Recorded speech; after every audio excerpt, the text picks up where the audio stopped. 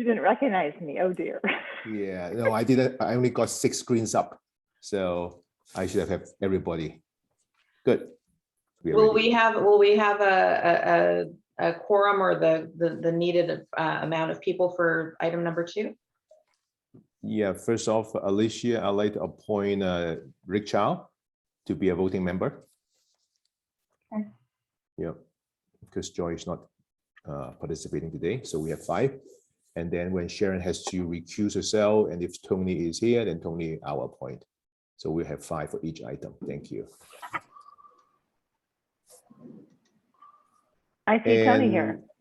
Tony's already here. Thank you. Thank you, Krista, for covering me. Good. So ball game finished earlier. That's great. Thank you. Yeah. By the way, Alicia, I would do the flag salute before the roll call, if that's okay with you. Yeah, I believe that's how it is in the agenda. Yeah, yeah. Okay. And you can start at any time. It's currently recording. Okay, let's begin. Do you want to call to order? All right, great.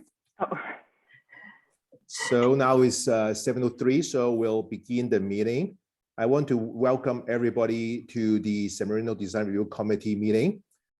Citizens interested in providing the Design Review Committee with valuable information regarding issues of the community is very much welcomed. Now I'd like to call the meeting to order. And next, I'd like to have first the flag salute.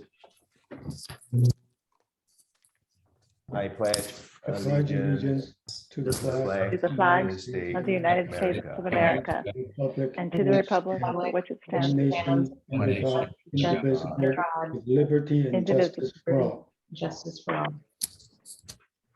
Thank you. Next, I'd like to ask staff to take a roll call. Malia, you were going to do that one, right? Yeah, am I muted? No, I'm not, right? Okay, cool. Sorry. Let's see, roll call. Design Review Committee, Chair Wong, Present. Vice Chair Lakin, present. Committee Member Chang, Present. Committee Member Batanese. Oh, I'm sorry, she's absent. Committee Member McKay, Present. alternate Committee Member Chow. We're Present. both Chows. Sorry, Rich Chow, and then alternate Committee Member Tony Chow. Yeah, present. Thank you. Thank you. So with the exception of committee member Joyce Bennett, every committee member is here tonight. So the agenda is posted 72 hours prior to the meeting at the following locations: San Marino City Hall, San Marino Public Library, San Marino Recreation Department, San Marino website. With regard to the design review hearing procedures, each committee member has received plans and has reviewed each item on the agenda and visited each site. The general order for hearing each case will be as follows. The committee will ask staff any questions they may have. The chair will then ask the applicant or the applicant's representative to comment on the proposal. The hearing will then be open to the public, and the chair will ask for comments for, against, or about the project. Staff will have a brief explanation on the public comment process for this meeting. In all cases, please come forward and give your name and address. At the conclusion of the public comments, the applicant will have a chance to respond, and no further comments from the public will be accepted. The chair will then ask the comments from each of the committee members. If there is no motion for approval or denial, the DRC has the option of continuing the application to a future meeting. In the event of a denial, it is hoped that the applicant will have heard comments during the public comment period and during deliberations that will be useful in resubmitting an application. It is important for the property owner to understand that once a project is approved by the DRC, the drawings become legal documents. If any changes are made to the project subsequent to approval without obtaining proper approval of these changes, then the property owner is in fact breaking the law. There is risk of having to change the project back to the originally approved design or paying a fine to the city of San Marino equal to the greater of 5% of the project valuation or $2,500, and then resubmitting the changes made to the project to the DRC. It is also important to understand that there is a 15-day appeal period after action has been taken for the applicant or any interested party to request the Planning Commission to review and act on the case. After all of the agenda items have been heard, 2 design committee members will conduct the open forum. At this time, residents or representatives may ask committee members about current or future projects related to the project. Committee members can discuss the design with you, but cannot comment on how this may vote on the project. I now would like to turn to staff for an explanation on how we will take public comments during the meeting. Staff, please. Yes, so for public comments, we will also accept comments via email sent to planning@cityofsanmarino.org.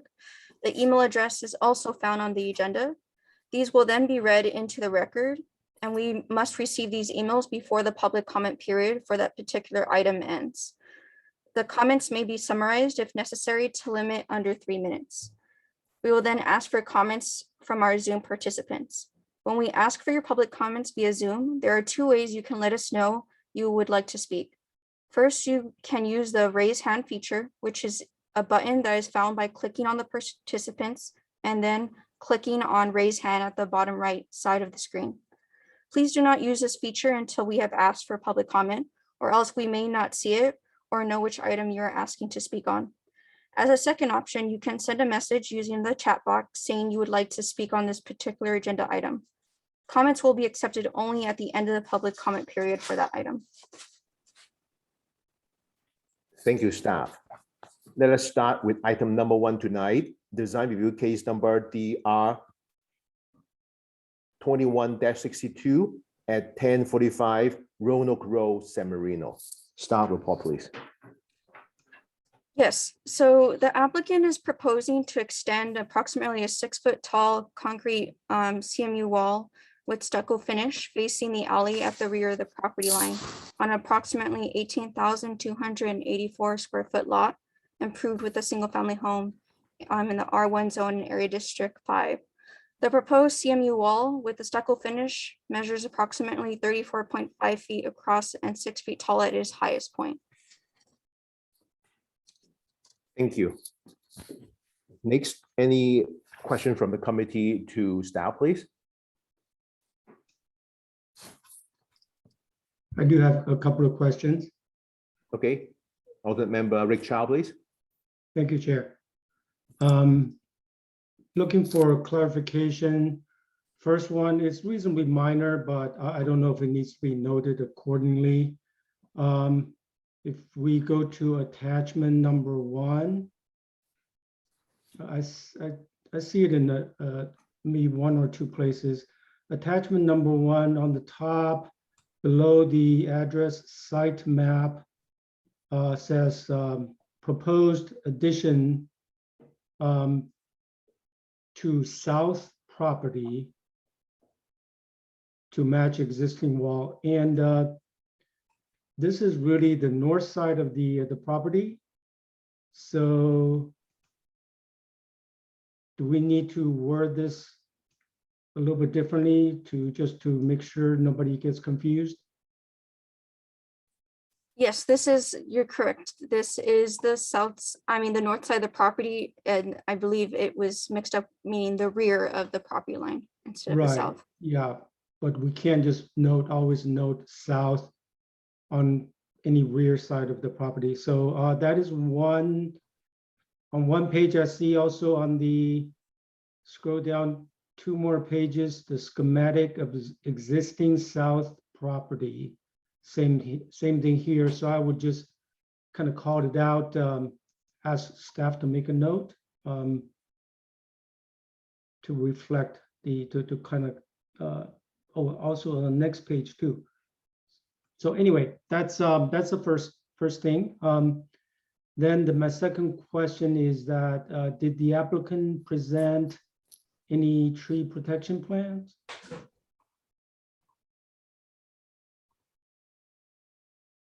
I don't believe it's here, but I also just want to clarify. Right, so this project has 2 existing eucalyptus trees abutting the corner of the rear property. They are not, it was inquired earlier if they were city trees, but they're not, they are private. And the wall will be continuing rear behind it. The tree protect.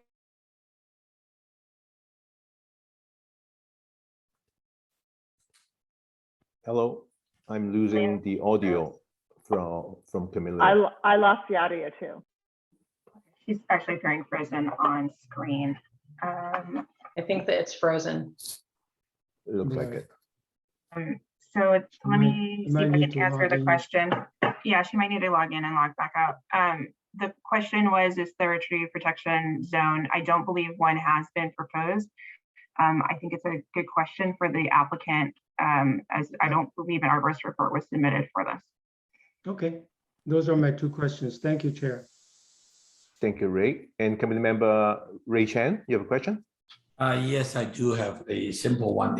If staff do not have the answer, we may have to ask the applicant. The plan obviously is such a small Ray, scale. you don't have voice. Oh, really? Now it's okay. There was It's okay an now? intermission in between. Yep, now it's good. Sorry about that. The question is that because of the scale of the drawing is so small, and I don't know whether the new wall behind that chain link fence is going to be able to fit between the large trees that are there and the fence. So I don't know whether the applicant or the landscape person proposing this have done that carefully and then check that out. Somehow when I look at it, it looks like it's not going to be able to fit based on what they show in the drawing on that landscape proposal page, which I believe is page 3 of the, or page 4 of the application. So I don't know if staff have a chance to, I know a survey plan was attached, but I don't know how detailed that shows. And there's no detail on the actual wall. So I don't know how the footing, how big the footings are, and whether they're going to be able to trench the footing and build that wall per the schematic design. That's, I guess, my biggest concern. So I don't know if staff look into that, or we can talk to the applicant later. Applicant's on right now, if you want to Thank talk. you. Yep, you have a chance. All right, just Sure. hold. Any other questions from the committee, please, to staff? Seeing none, I have one more for staff, is that the package does not seem to show how the proposed wall is going to connect with the existing wall in the west side abutting the parking lot, whereby it is a 2-level wall. One is a lower, one is about 6 foot, I believe. So is the applicant to fill it up to make it all even, or what? If staff has any question, please share.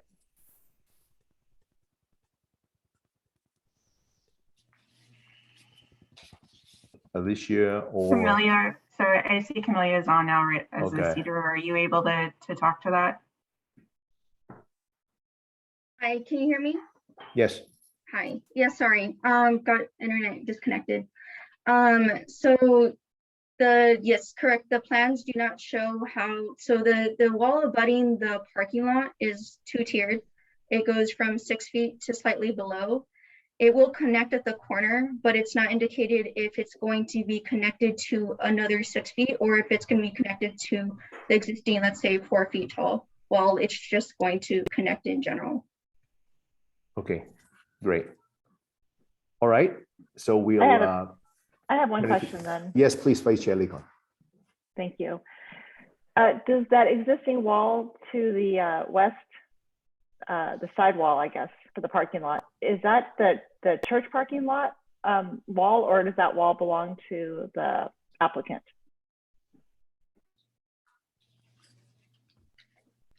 I would have to refer back to the survey, but definitely a question that the applicant can answer. And if the wall belongs to the parking lot, can the applicant build and connect to that wall, or does that have to come with an approval from the owner of the wall? If the wall is a shared wall, or if the wall is on the side of the property lot, it would have to be approved by them, or it would have to be offset by 2 feet. I had it pulled up on my other computer. Let me pull up the survey. 1 second. Thank you.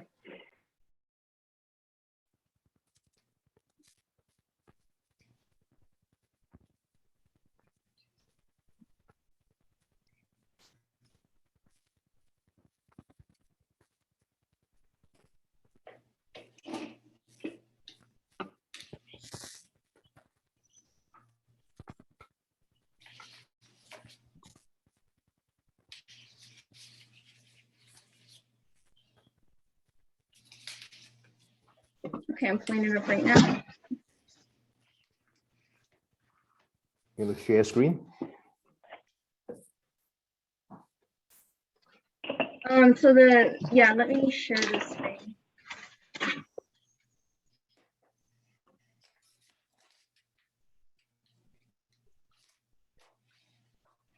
Okay. So the survey that was provided was made with the purpose of this new wall to the rear on the north side of the property. So you can see here in the dashed line that it's indicated the property line, but it's not clear if the existing wall falls within the surveyed boundary or shared.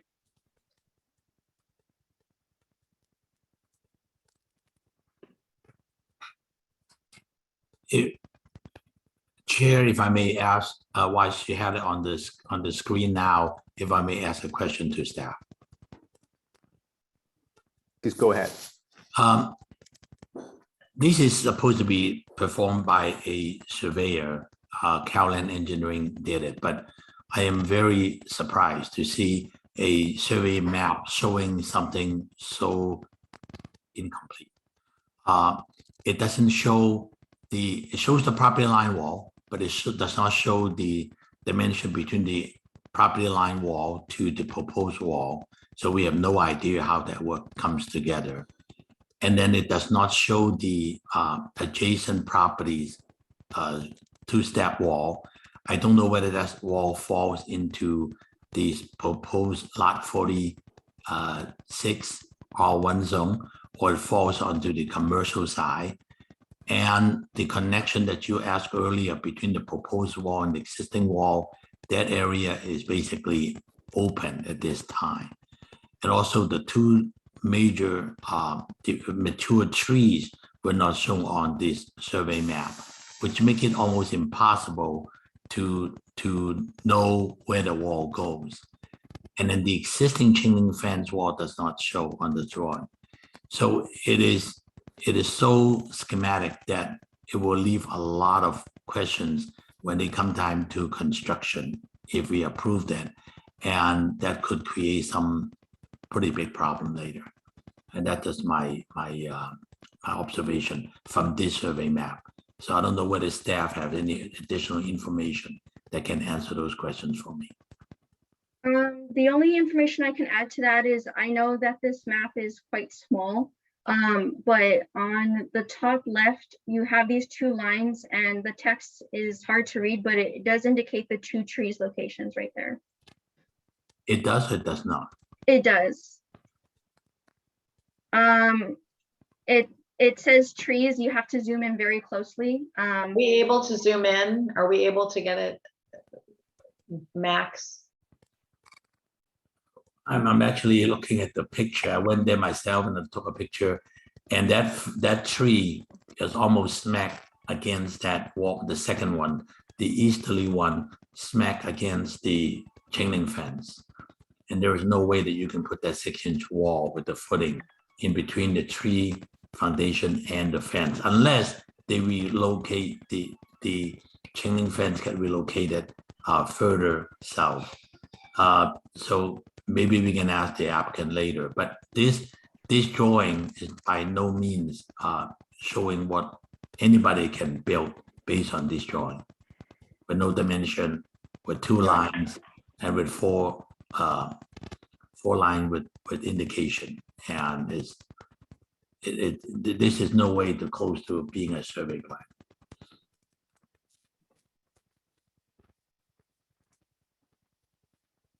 Staff, if I may just follow through, in this expanded version, is the dotted line the proposed wall? Because you look at the right side, it is existing block wall, which is in dotted line. And the solid line is also say fence, so it is quite confusing. Which line is which line? We have a solid line, we have a dotted line. Yeah, I muted, no, I'm not. So yes, this, if you can see my mouse, this semi-solid line is the new wall. I believe the plans have changed over time between the proposal, but for this survey has stayed consistent, although the design of the wall has changed. The location in this solid line is the wall, and then in these 2 lines right here is the tree locations. I get that. So you're saying the dotted line or the semi-solid horizontal line is the proposed block wall? Yes. And the solid line above it is the existing fence? Existing fence and gate, yes. I think that's actually in reverse. The one that's north of the, the line that's to the north, that's a solid line, is where a string line was put down for where the wall is being proposed. Whereas the line that shows a dash and a dot is actually the existing 12-foot high fence. Okay. All right. I guess I we may better off check with the applicant because it seems confusing to me. Right. Anyway, any I have other one questions question. for staff? Yes, please go ahead. So we're missing the dimensions on the survey map, correct? Between the alley and the fences, there's no dimensions somewhere for us to see. Am I reading that accurately? This is what's been confusing. You're correct on that. You're absolutely Okay, correct. okay, let's just, so we need to have dimensions. Yeah, there's To no make way this anybody can useful. look at, nobody can build this fence with this drawing. I Right. couldn't, so you would have to. Okay, let's continue Okay. focusing on questions to staff on the package. Any other questions from the committee to staff? Seeing none, I would then move on to invite the applicant or the applicant's representative to present the project. Please. Please say your name and address. Good evening, distinguished DRC members and others in the field. I'm Dr. Phil Piccinini, 1045 Roanoke. I am the applicant and happy to answer any questions. Okay, I'll give it a try then, Chair, if it's okay. Please go ahead. The plan that was shown to us, unfortunately, is very schematic, and it's very difficult to be able to lay it out based on your wish. I guess you're the property owner, am I correct? Yes, sir. Okay, so back to the area. Whoever prepared a plan for you, have they measured the distance between the tree and the chain link fence? It's 36 inches on the west tree. It's 24 inches on the east tree. You got 24 inches behind it? Yep. And what kind of footing that you will be doing in that area? I sent the footing information in there, but I believe it's a 20-inch footing. It's standard. It's a standard footing for that type of wall. So it should fit. And you're not planning on removing any of your existing 12-foot chain link fence will remain? Where is That's that? going to remain there. That's correct. That's been there for many years and that's going to stay there. You physically measured it, or you're the thing your surveyor? I physically measured it. Yes. Huh? Yes, I measured it. That's correct. And how far is your fence, your new proposed block wall to the chain link fence? How close are they? It's gonna abut the chain link fence, A bus meaning right smack against it. right next to it. Yep, that's correct. And you will have enough space between that and your tree, you think? Yes, sir. We're very cognizant about making sure the tree stays safe. There will be a proposed, a potential problem when you start trenching that foundation for your wall. That's exactly what the root system is for the tree. Unless they are cautious about maybe breaching that area, you will have to cut through all the root system for the tree. Be very careful. I'm not about ready to kill the tree for sure. Totally understand. Oh, okay. And how is that wall butting to your existing westerly wall and your existing easterly wall? How are the two walls? So it's gonna be contiguous with the easterly wall, just be extended. And then in terms of the westerly wall, it was gonna go up against the wall at the 6-foot peak. So it'd be just continuous. So it'd go right up against it. And to answer your question about who owns the wall, I don't know exactly who owns the wall, but it's my understanding that the property line goes up to the wall. But I'm not sure if it includes the wall or not. But it goes right up to it. So it sounds to me like it's a shared wall with the church. Was this survey being done for this purpose for your project? Yeah, did you this survey, the property, I was asked to perform a property line survey to Right. make sure that the wall was greater than 2 inches from the street, from the city property. Mr. Cervantes specifically asked for that. And so that's where this was specifically done for that reason, to show that the wall was greater than 2 inches away from the property line, which I guess is code in San Marino. And so that clearly shows that.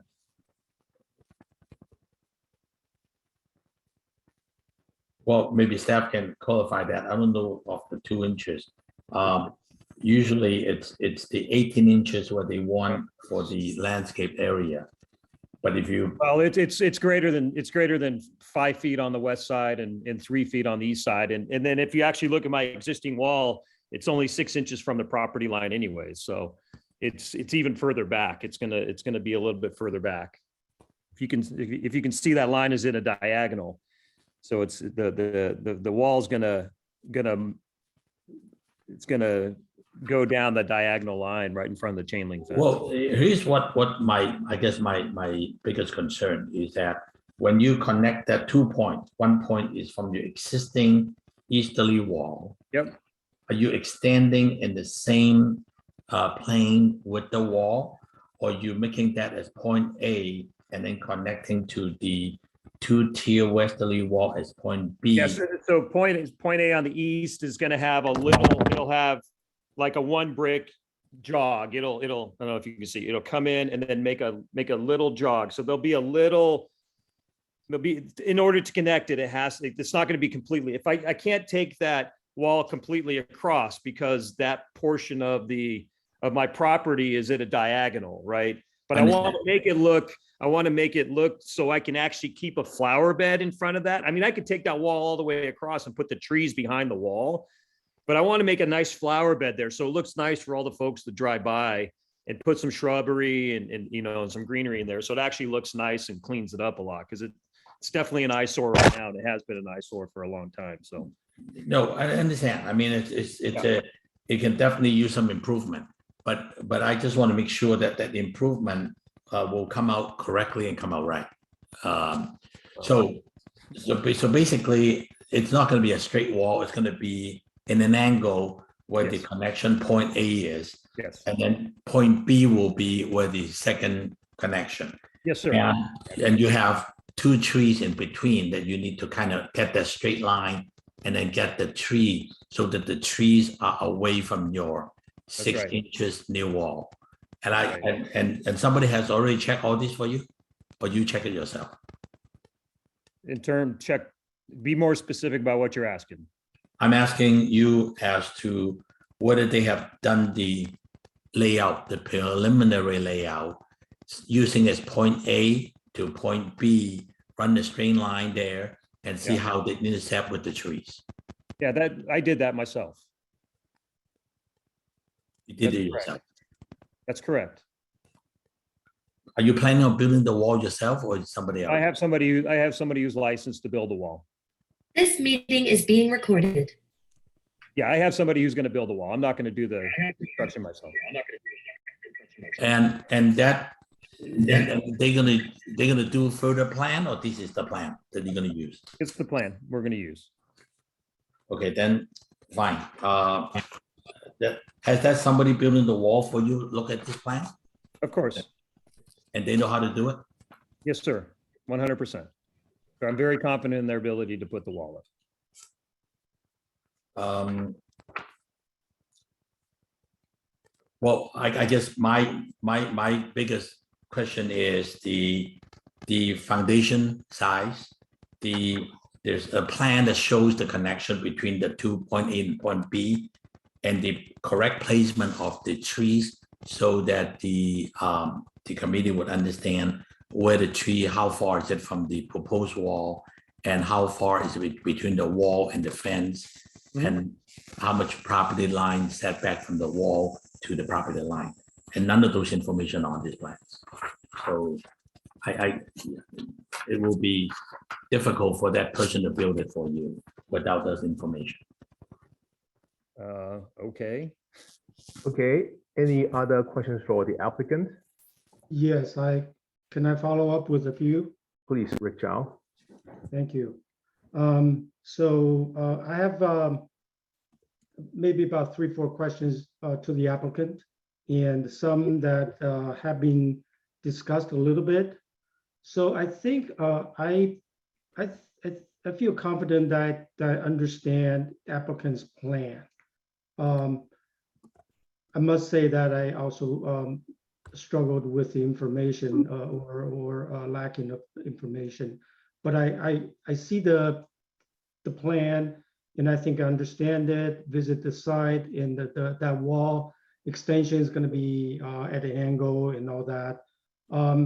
So my question, first question is basically a clarification, if the applicant could confirm, is that you don't really know where the property line is, right? On Wesley property line.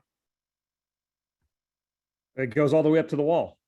No, I mean, what I meant is, I rephrased my question. I meant the wall. Do you know if the wall is right on your property or someone else's property? I don't know exactly what portion of the wall sits on my property versus the neighbor. Okay. Okay. No, just honestly, I don't. I just know my property goes up to the wall. I don't know if the portion of the wall is mine or not. I honestly don't know. Okay, fair Yeah, enough. sorry, I wish I could tell you that. Okay, that's, I just want to ask you to confirm my understanding. The second question is the lower tier of the existing wall, westerly wall, is going to remain, if I understand your plan correctly, you're just going to take the north wall, the new wall, up to the 6 feet high, 6 foot high portion. It's just going to create kind of a 90-degree turn there. But the lower tier, yeah, okay, you're not planning to do that. Okay, so that was my second one. The third one is that, help me to understand your process a little bit.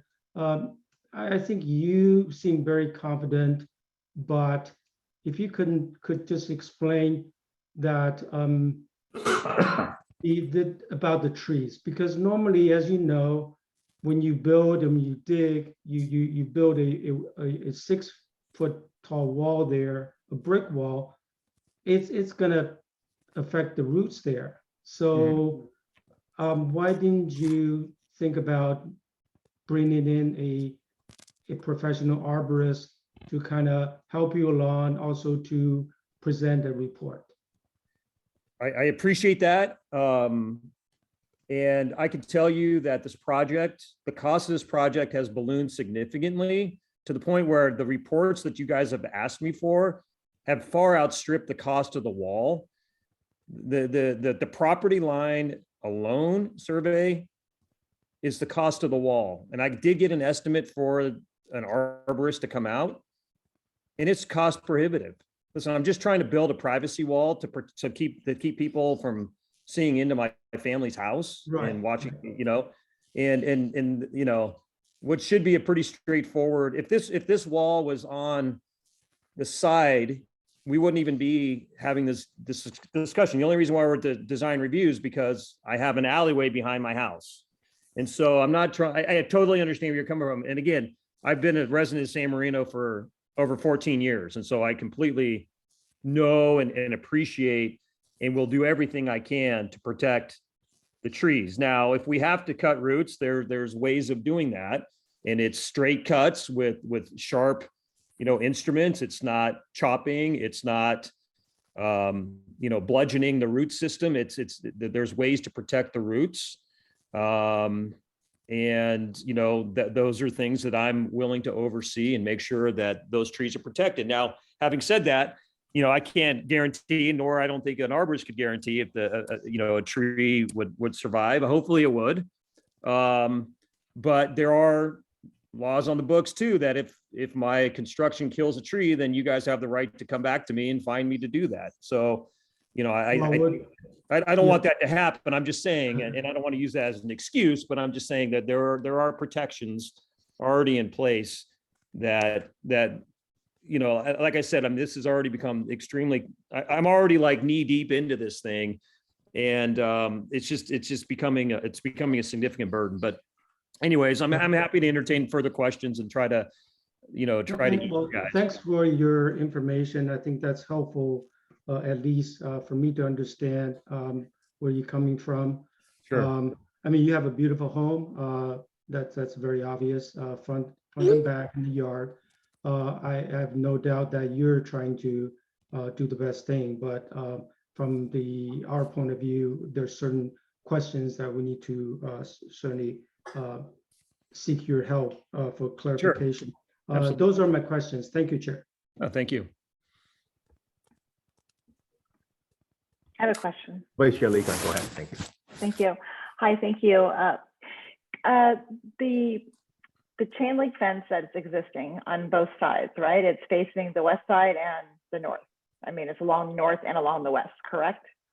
Yeah, that's correct. And it's like for a basketball court, or I believe it's remnants of a prior tennis court. Tennis court, okay. Yeah, I think they had a tennis court there years ago, and the two property owners ago took out the tennis court and left those two fences up. But now it actually is a basketball court. So that's nice because it keeps the balls from going over it's the fantastic. parking lot. So have you considered just growing some kind of a hedge or something thick for privacy along the back and then not have to worry about the wall? Or what is the difference between the wall, just asking, what was the need for the wall versus the fence? I think that for aesthetics, for one, I think that it makes the back, when you're driving down the alley, if you actually look at all the houses, every house has a wall that comes across, right? I just have this sort of corner eyesore that, yeah. So the answer to your question is yes. That certainly is a reasonable thing to do. Having said that, we're in the midst of a mega drought now. And so, adding greenery, probably doesn't do that anymore, but I'm going to do that. I'm going to do small ones anyway. But yeah, that's the alternative here, right? Is to put a big hedge there. But I wanted to, but even with hedges, you can still see through that. And I have two little dogs that can see everything now. And so every single person, you probably have gotten complaints. Every single person that walks down my alley meets Leo and Willow. And so, that would create some separation from them as well, and some less noise. But yeah, the answer to your question is sure. Absolutely. Because I think that we can't have a chain link fence that's exposed to the front or to the side. So I'm assuming that we're not allowed to have that's against code to have chain link showing. I'm not sure. So I was thinking that you would probably want some kind of coverage on the chain link anyway. Well, the chain, yeah. Well, for aesthetics. I'm not sure. I know there's that. Yeah, I'm there's that not concern. sure. Okay, so my next question is, when you look from the alley and you look into the let's call it a basketball court, a court on the west side along that wall. So in between the chain link and the wall. Yes. You look down on the ground, there is some kind of a little, like a gully, or there's something. Do you know what the purpose of that is? Is it is it for water? There's some kind of a tarp, something in there. There's no, actually netting. Is there? It's just dirt. It's footing. And then what I did was there's some garden paper. I put garden paper down. And I put rocks along the chain link fence so where the basketball court is. Mm-hmm. There's rocks, and that's just on the other side. It's just showing. I didn't put rock down that side, but yeah, that's basically just a dirt way. Actually, prior to me cleaning it up, it was 5 feet worth of old growth. And okay. So my other question is, if you were to put your wall along the north side, yeah, and it abutted to that side wall that we don't know whose it is yet, but how would you access anything between any grass or debris or anything that gets between the wall and the chain link? I mean, it's such a small area, and you wouldn't be able to get back there. No, I could actually, this is me personally, but I can get over the fence, no problem. And there's actually a small piece of chain link that connects my 12-foot chain link fence to that wall. So I would probably end up taking that out to allow myself access to that piece. So right now I don't do that for safety reasons, mm-hmm. but I've actually thought about taking down that piece. It's maybe a 12-inch chain link that's separating that chain link fence from the wall. So you would have access to clean out the area between the chain link and the wall on both sides. That's correct. The north and the west. Okay. That's all I have. Thank you. Great. Thank you. Thank you. Any other questions for the applicant? Okay, seeing none, I want to thank the applicant, Dr. Piccinini, for sharing your comments. And I'd like to now see if there is any public comments. Staff, is there anybody raising hand through the internet? I do not see any. Thank you. Now I'll close the public hearing session and begin committee member discussion. Committee member Rick Chow. Thank you, Chair.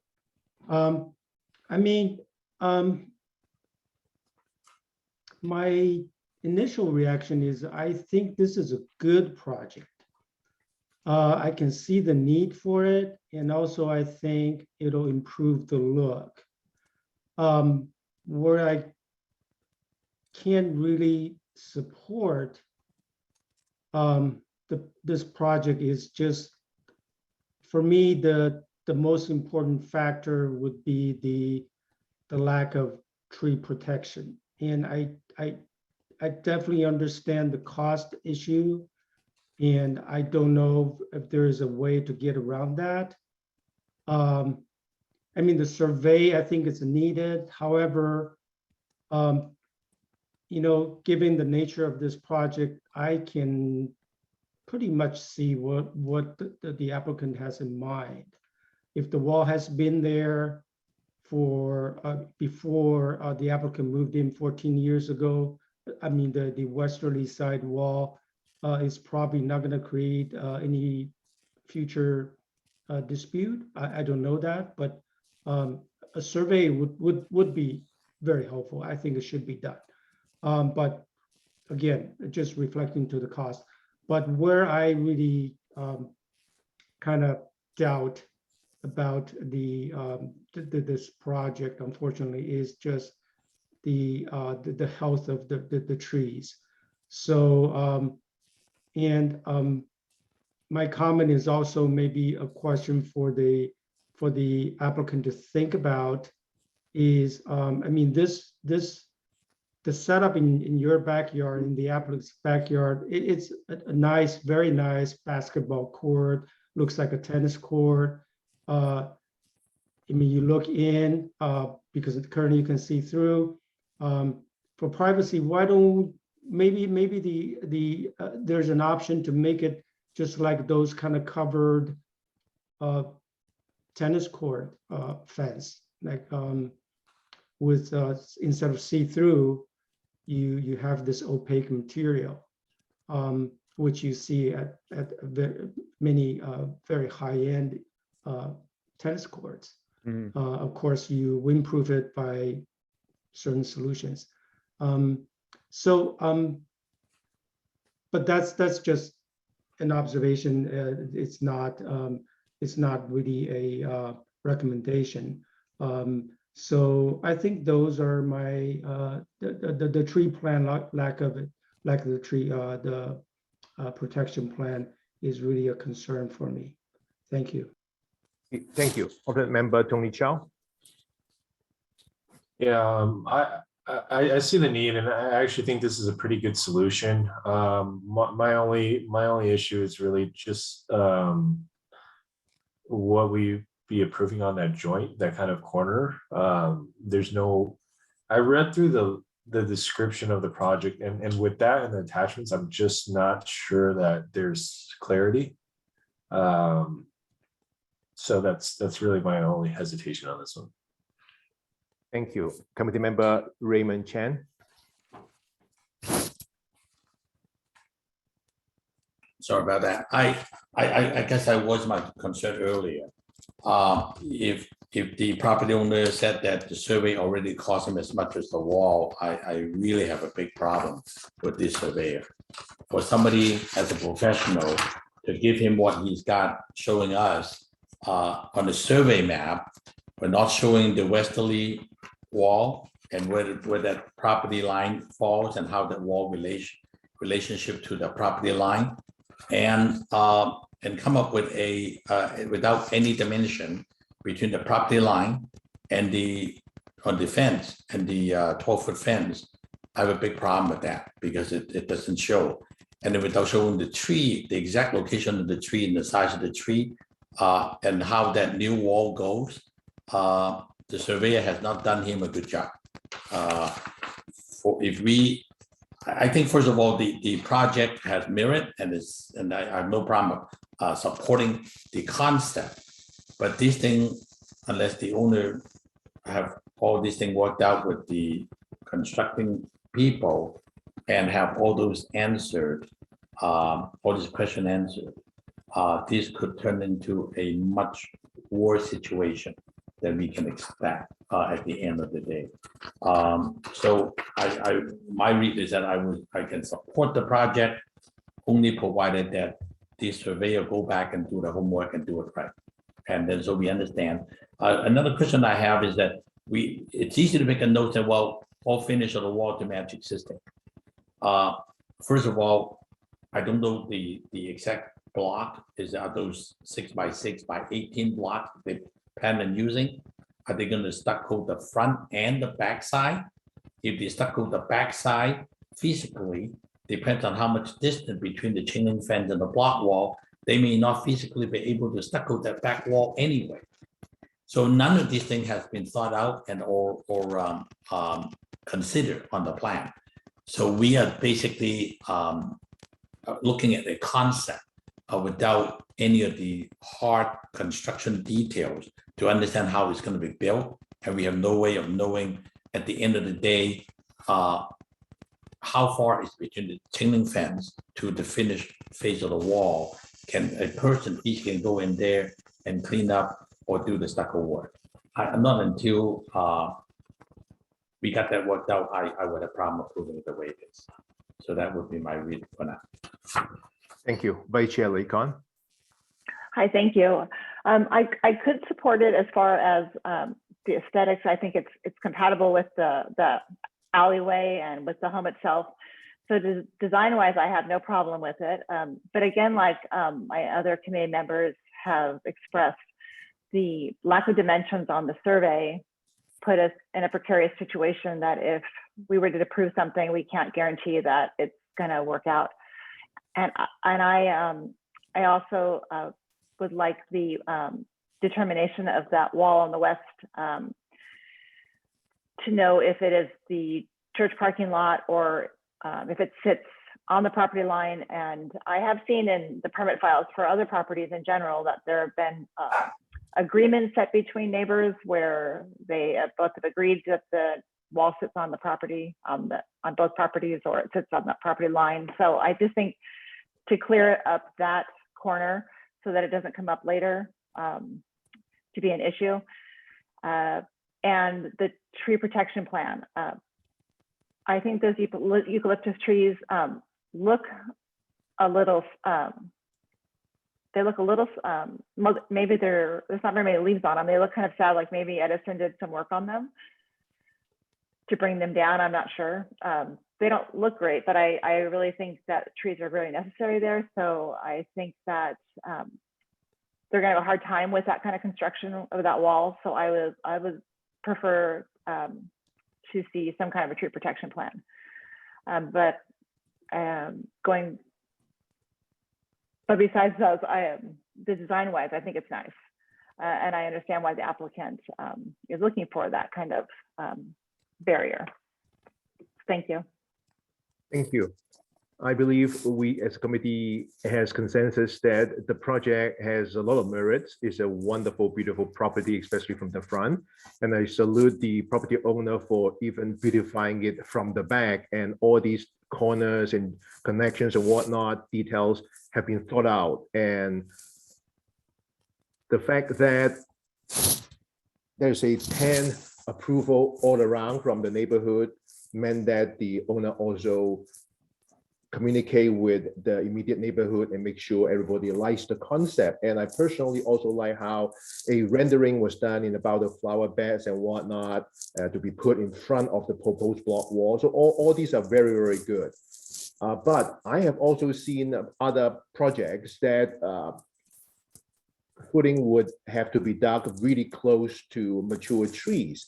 And Albert's report really talks about not only straight cut and wad cut on the roots, but manual dig and how far between the edge of the trunk and the footing would be adequate and so forth. So there are a lot of professional arborist guidance in the process, way more than what we think we know. So for the sake of this wonderful property and its immediate environment, as well as for clarifying property line ownership and whether it's a share wall or not in the West, to avoid any confusion in the future or any legal issues in the future, I think it is to the benefit of the property owner to sort clarification in all these details. And as simple as, what if everything is proposed and built, and how would you water the flower bed outside? Because as you said, there's going to be drought. You cannot rely on rain, right? So how do you bring water beyond your block wall to irrigate and so forth? So conceptual wise, I totally can support it, but in terms of execution, I'm afraid there a fair amount of areas to be buttoned up. So I can support a continuance for the project tonight. May I ask if there is any motion?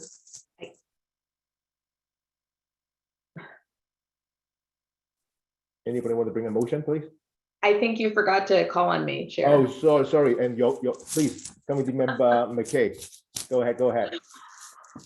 So anyway, I won't belabor what my fellow committee members have all said, but I didn't have a chance to speak.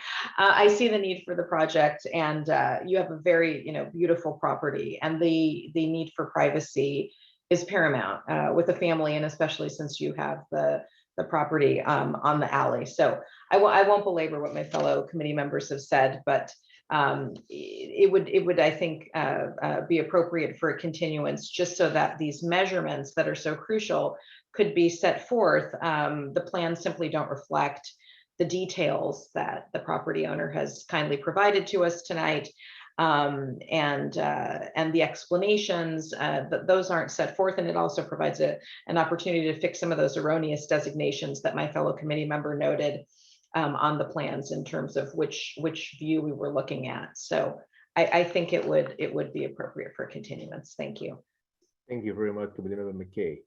We appreciate it. Is there any motion? Anybody want to Let me give it a try then. I move to continue design review case number DR 21-62 to the next available meeting. I don't know how much time the applicant need to talk to the surveyor or whoever to prepare the plan for them to be ready. For staff, is maybe a quick question for the applicant. Is this something you can work with the applicant, the designer quickly and can come back on our next scheduled meeting, or how much time do you need if you were to work those out? When's the next scheduled meeting, I guess is the first question. Staff, please share that with the applicant and also share with them when do they need to bring the information back to you for your staff report. Next Sure. scheduled, sorry, go ahead, Camelia, go for it. Yeah, sure. So the next scheduled meeting is April 6th, and we would need to have all the required documentation by Monday, March 28th. I can work with Ms. Martinez to see if we can get that. Maybe give me a day or so. Sure, we can continue, we can make the motion to continue it to a date uncertain, and then you can work with staff to work on that calendar. Is that okay? Yeah, that sounds great. Okay, so Okay. my motion will be to continue this case number DR 21-62 to a date uncertain, and so that we can allow the applicant to work with staff and also the design. If I may interject, staff, are we changing the numbering to DR or DRC? Because item number 4 is DRC, so I just want to set the record straight tonight. We are transitioning to move everything to DR only because some projects, although the applicants may need to file a design review committee application, some projects are so minor that the code allows staff to make approvals, and therefore it doesn't necessarily need to go before an actual meeting. It's just a design review instead of a design review committee meeting. So all our projects in the future should be labeled DR instead of DRC. Okay, got it. So perfect for the clarification. Anybody second? Second. Thank you. Roll call, please. If I can just get one clarification before roll call. There was a request for an arborist report. Is that a recommendation or is that something you would like to see for the next submittal? I believe we need to see, because we need to see how to protect the trees. Otherwise, it will be difficult. Okay, great. So, and then the rest of the questions for clarification for our staff, the applicant, and for the record. All the items made on this motion for corrections are to have a surveyor plan done to include the existing west wall, whether it be on the property line or within the property, the subject properties area, to provide in the new surveyor plans to provide the distance of the proposed wall to the rear property line, to indicate on the site plan and elevation how the proposed wall will connect to the existing west wall, and to fix on the site plan the south side typo to change it to the north, to include a tree protection plan and an arborist report, and then lastly to provide information on how the irrigation is going to be provided. Is this correct when we move forward with this motion? Yes, I remember, yes. With Anything else? exception of two, I'm sorry, Go there's ahead. two items. Also the connection to the east wall also. You mentioned the west wall. The west wall is critical because of the property line question. I'll make it quick. If that existing two-step wall is, let's say, a foot away from the property line, and your wall continue to go in, you may be building on somebody else's property, which could be a big headache for the property owner later. They may be able to ask you to cut it off later because you have no right to build on their property. If this step wall is within his property, then it's a lot easier because it also requires the structural people to look at it Are they going to tie the new wall to the existing wall on his property? And so that's a critical decision there. As to the east wall, there's also a connection detail, whether they're going to make a jog, they're going to make a 90-degree to connect it, or they're going to start from that point and go straight. So that's critical also. So we want to see the detail between the east wall connection and the west wall connection. One last thing is to also identify the exact location of the two mature trees in relation to the property line wall to the north, and then also the fence to the south. So we know how much room we got when they build that wall going in. I think that's very critical to have those resolved before we know what we're getting. And so that would be part of the motion. Thank you, Raymond, for the clarification. You get it, Camelia? Yes, adding Great. the what I mentioned and then the two items that that were mentioned, yes. Thank you. With that being cleared up, we can move forward with the roll call. Chair Wong, Yes. Vice Chair Lakin, Yes. Committee Member Chang, Yes. Committee Member McKay, Yes. and alternate Committee Member Rick Chow. Yes. Okay, so then that makes it a 5-0 vote for continuance to the next meeting if possible. Thank you. Now we are moving to agenda item number 2, design review case number DL 21-65 at 1375 Winston Avenue. Staff report, please. Chair, I will recuse myself for this project. Thank you. Chair, do you want to confirm that Tony Chow will be voting on this project in the absence of Committee Member McKay? Confirm. Okay. So this project, the applicant proposes to add a new 3-foot wide wooden gate to the existing side yard wall on the left side of an existing garage. The applicant also seeks to build a new 6-foot high in height whitewashed brick wall with a second 3-foot wide wood gate on the right side of the garage. In total, the project proposes 1 new side yard fence and 2 wooden gates, or side yard wall and 2 wooden gates. The project sits on an approximately 10,850 square foot corner lot, improved with an approximately 3,123 square foot single family home in the R1 zone area district B or 5. Okay, and I want to make a correction to the staff report. In the tree preservation section of the report, we noted that the proposed side yard wall is proposed to come between 6 and 7 feet of the edge of the coast live oak tree. It has been pointed out that that was what appeared in the arborist report. However, the plans on A1 actually show about a 4.5 distance instead, which would probably be something, not probably, is something that I recommend having the applicant or applicant's representative clarify during the discussion process. And as far as the recommendation, staff is recommending that you determine that the proposed project is exempt from CEQA per categorical exemption class 1, that the wall and the 2 gates are compatible with the subject block, and approve the proposed project, including the tree protection zone and guidelines for the arborist report dated September 1st, 2021, with a clarification on the distance to the wall from the oak tree. Any questions I can answer at this time? Any questions from the committee to staff, please?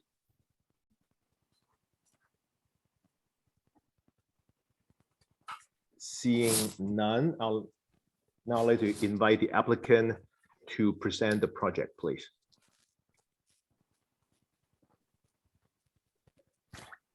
Is the applicant or the applicant's representative present tonight? I believe I did see him. David Lai from SLS Design. Are you able to unmute yourself? Are you currently They said unmuted? yes. From SLS Design, they said yes.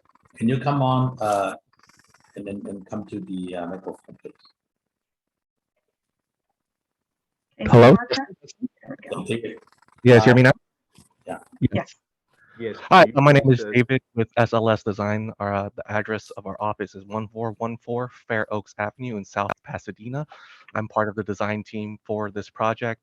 The main purpose for this project is to kind of replace an existing, or what was an existing wall that was there previously that the previous owner removed because it was damaged by the tree itself. And we're kind of just putting it back in to provide privacy for our clients, which you are also here in this meeting as they have pets and young children as well. In terms of the discrepancy between the arborist report and what we show in our drawing, I believe that's just a miscommunication between us and our arborist. We are willing to push this wall back to meet our arborist recommendation of 6 feet from the tree itself, rather than what we show, which is 4'6" away from the tree. Other than that, I'm willing to answer any questions from the committee. Thank you. Is there any questions from the committee to the designer, please? I'll make it quick. So you would connect the wall to the southwest corner of the existing home and maintain a 6-foot distance between the tree and the new proposed wall. So basically, what is different from your plan is that you basically connect that same point at the corner of the house and swing the wall backward towards the garage to maintain that 6-foot distance. Am I correct on that? No, I would actually offset the whole wall itself. So we would more or less expose the corner a bit on the right-hand side of that wall. And more or less, if you take that exact wall at that angle and shift it. Does that make sense? Okay. I believe that so creates you a would more expose the corner. appealing. I'm sorry. Yeah, that's why Yes. anytime you deviate from the plan, unless we are clear, Yes, I understand. people will build it differently. So what you're saying is that instead of 4'6" along the same line, you would make it 6 foot. So you move the entire wall back 1.5 foot more. Yes. Okay. So you expose the corner of the house and move everything 1.5 foot more away, so that there is a 6-foot distance between the oak tree and the new wall. Okay. I just want to clarify. Thank you. Thank you. Any other question? Yes, Chair, I have a question for the applicant. Please go ahead, Committee Member Rick Chow. Thank you. To the designer, Mr. Lai. And as you know that on this property, when it comes to the walls, they're basically, you have 2 different finishes, more or less. One toward the north side, the brick is basically exposed. And then starting from just west of the front gate, then it's kind of whitewashed. And then it turns into kind of a natural brick again. So, and then the proposed one is kind of half and half, exposed brick and whitewash look. Have you thought about perhaps at this point, making it more consistent, or you like the way you're proposing? I'd like to hear your thoughts. Thank you. We're open to suggestions. This is something we actually brought up with staff as well, because there are multiple kind of versions of this wall. If the owners can chime in, I believe the best course of option would be to paint everything white to make it consistent. And if the owner can agree to that here, I believe that might be the best option, because it looks like the existing the short front wall used to be painted, because it would I would assume it matched the right side of it, but it looks like it faded over time from, I don't know, by the sprinkler spraying on it or something along those lines. But to me, it looks like all the brick walls previously were painted. Okay, thank you. This is Mike Mancini and my wife Adriana. We're the homeowner. To chime in on that point. Please. Sorry, we will let you come in later. This is a question, but sorry, you're correct. Please chime in. Sorry. Yeah, thank you. We said in our declaration that we submitted with our information package that we preferred the distressed brick look because there's so much distressed brick look on the wall in the front of the house. It's not supposed to be an in-between solution. It's supposed to look just like the wall in the front that is an exposed brick with some whitewash paint. It's not supposed to differ from that. The reason that we prefer the brick look to an all white look is if every wall becomes white, it starts to look like a pretty boring white, weirdly white brick, kind of like fortress, instead of having a little bit of character, which the exposed bricks do. For what it's worth, the exposed bricks in the front are probably 30 or 40 or more years old, and they look really interesting, and they're kind of homey. That's what we're going for in that middle wall as well. The wall on the far left side that's already white, we're leaving white because it matches that garage and the neighbor's house that it connects to as well. And we don't want to change that. But our thought was, and we're open to the suggestion, this isn't a make or break issue, but our thought was the exposed brick actually looks very nice and sophisticated and matches the front of the house, and therefore matches the theme of the house on the corner anyway. But that's our 2 cents. Thank you, Mr. Mancini. Any other question for the applicant or the applicant's representative? I'd like to follow through with the earlier question, is that the designer said he would consider move back the entire wall six feet. How would that relate to the landing of the house, west side of the house? Would it be touching the landing, or there will be a gap between the landing and the newly proposed wall's location? Can the designer share that with us? Yes, there should be a roughly 4.5 foot gap from where we are proposing our wall to that landing right now. So by pushing it back to have a total of 6 feet between our wall to the tree, we should have roughly 2.5 feet between that landing and the proposed wall. Okay. All right. And then for the opening of the door on the west side, is it supposed to serve the purpose of moving trash cans in and out? Because so happened I saw trash cans lining up outside the garage door. Yes, exactly. Right. And that would have to go through the lawn, or you are proposing a little passage?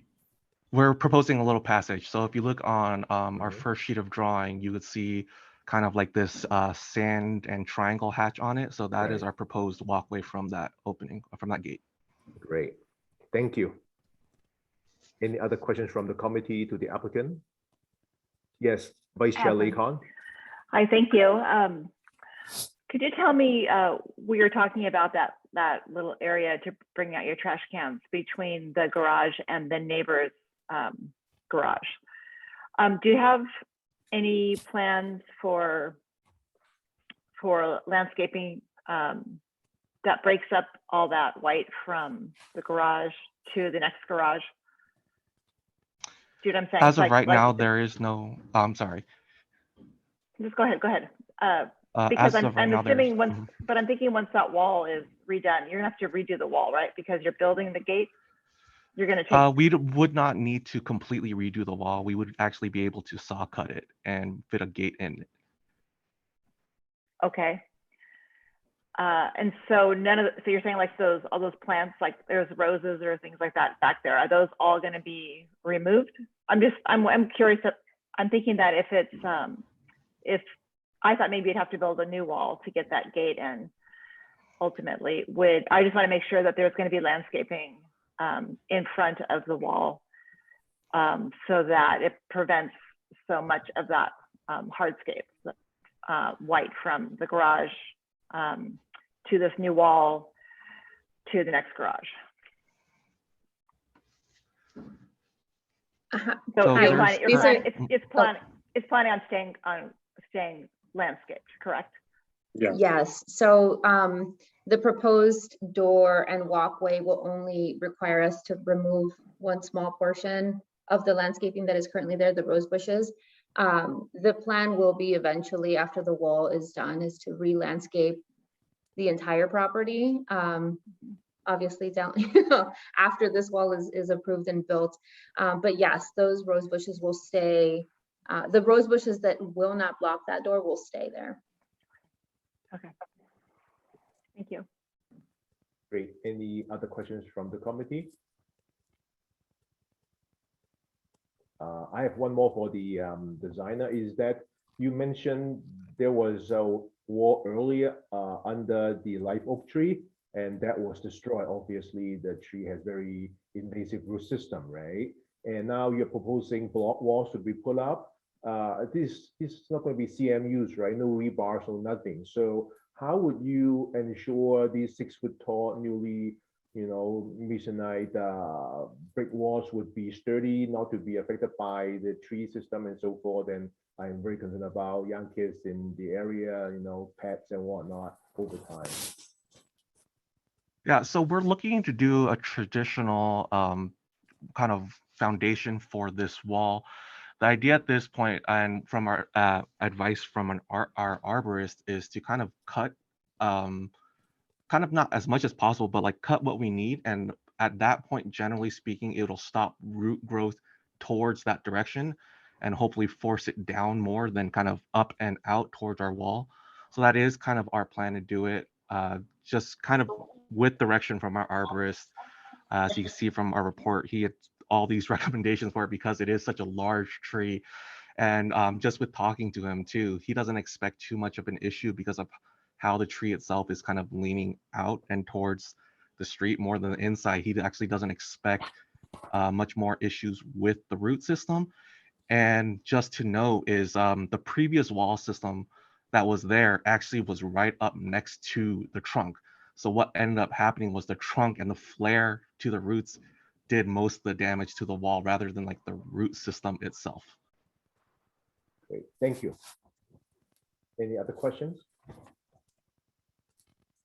Seeing none, I'll close this section and move on to public comments. Is there any public comments through the internet now? Let me also check the email real quick. Thank you. I see none in email, and I do not see any hands raised or any, anything in the chat. Thank you, staff. Now then, I'll close the public comment section and close the public hearing and begin committee member discussion. Committee member Rick Chow.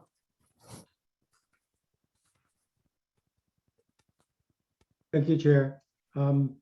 I think I can pretty much support the project. And I think as long as we have everything all clarified when it comes to the wall, the location, other than that, I can support the project. Thank you. Thank you. Committee member Raymond Chang.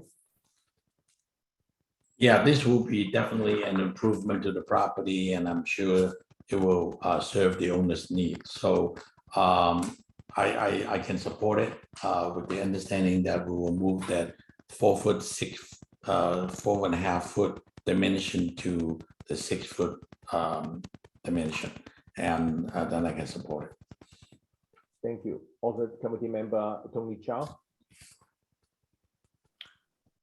Yeah, not much to add. I can support the project, and it's great to hear the thought the owner has put into, even with just the color of the bricks, maintaining at the front. So I can definitely support this project. Thank you. Vice Chair Lee-Con. Hi, thank you. Yes, I can support the project as well.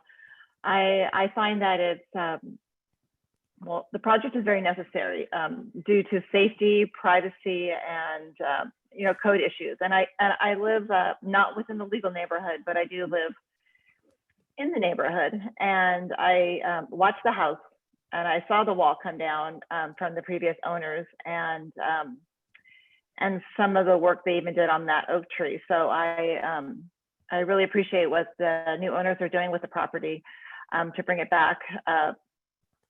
And I think that the design that they've chosen was similar to what we would have seen there originally. And I think that that kind of whitewashed brick is very compatible with our neighborhood. There is a lot of exposed stone, brick, and a lot of natural materials in our neighborhood. And I think that that is going to look really nice at that location in that house. And I could support it as submitted. Thank you. Thank you. Again, thanks to the applicant and the applicant's representative for sharing a very detailed package and answer our questions.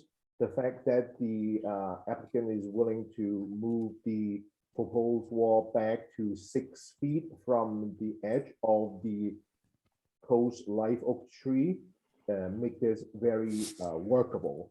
And I think with the condition being followed by the tree protection plan and the guidelines in the arborist report, as well as the aforementioned distance adjustment, everything else to me makes sense, and I can support to approve the project for tonight. Is there any motion?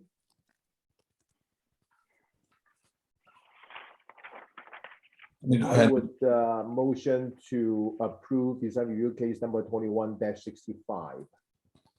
I'll second the motion. Roll call, please. Before we call roll for the vote, because we're asking for the wall to be 6 feet from the tree, I would recommend a condition that when they return, the plans be updated to reflect the 6-foot distance from the from the oak tree per the arborist report. Definitely with a revised plan update to reflect that 6-foot distance. Yes. Can we revise the motion to do I have your, sorry, I know you've moved, Peter, and Committee Member Chang has seconded. Would you guys agree to that in terms of the your movement and your seconding? Yes. Okay. Sure, not a problem. Thank you, Alicia. Okay, so a roll call for vote. Chair Wong? Yes. Vice Chair Lakon? Yes. Committee Member Chang? Yes. Alternate Rick Chow? I thought Tony is voting for this. For this one, it's both of you because we. Oh, okay, I'm sorry. For Yes. 5. Yes. Yes. Okay. And alternate Tony Chow. Yes. Okay, motion carries 5-0. Thank you. Now we are moving on to agenda item number 3, design review case number DR 21-67 and 1945 St. Albans Road. Staff report, please. I see that Committee Member McKay has rejoined us, so I will proceed. The project is for the replacement of a louver window in the kitchen and a vinyl window in the master bathroom with fiberglass composition windows from Marvin, one of which is visible from the street. As such, it requires design review approval for being visible from the street, but also a material, to clarify for the record, a material that's not on the pre-approved list for window materials. The project sits on an approximately 11,103 square foot corner lot, improved with an approximately 2,639 square foot single family home in the R1 zone area district 5 or area district B. The subject property is identified on the citywide historic resource survey as a potential contributor to potential future historic district. The house is a Mediterranean revival home. However, past alterations include window replacements, changes to the primary facade. The windows proposed to be replaced are not original to the home, and they do not retain character defining features of the district that would constitute historical significance in their own right. The staff is recommending, based on the information submitted to the record, that the committee determined that the project is exempt from CEQA pursuant to state CEQA guidelines using a class 1 categorical exemption, that the committee find that the proposed project is compatible with the legal neighborhood and with the existing structure itself, and the final recommendation to approve the project. I can take questions at this time. Thank you. Any questions for staff, please, from the committee? Yes, Vice Chair Layton. Did the applicants express to staff why they were going outside of the pre-approved list? So, sorry, and I see the applicant wants to chime in here, but they will have a chance to chime in a moment. Hold on, applicants. Okay, I'm sorry. Did I cause a problem? hold on, applicants. You'll have a chance to answer. This was a project that was originally started with former staff, so I don't know if there was a discussion that was had prior. There was no discussion between myself or Stephanie Britt with the applicant or the applicant's representative as to why the material is something that's not on the pre-approved list. That the applicants might be able to clarify if there wasn't a discussion with former staff. Thank you. Thank you. Any other questions from the committee to staff?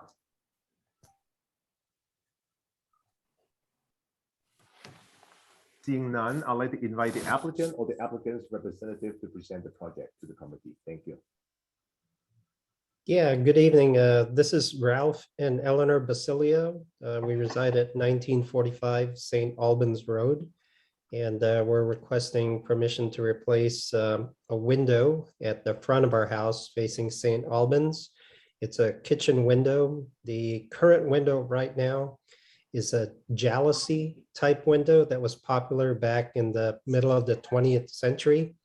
Our house was built in 1928 and has multi-pane metal windows. And in consultation with our vendor, they selected a window that was close as possible. It's the window is a landscape format, so it's 3 feet tall by 6 feet wide, and it has 12 panes of glass. And we're not modifying the size. And we're not modifying the size. We just want the house to actually look closer to what it looked like back in 1928.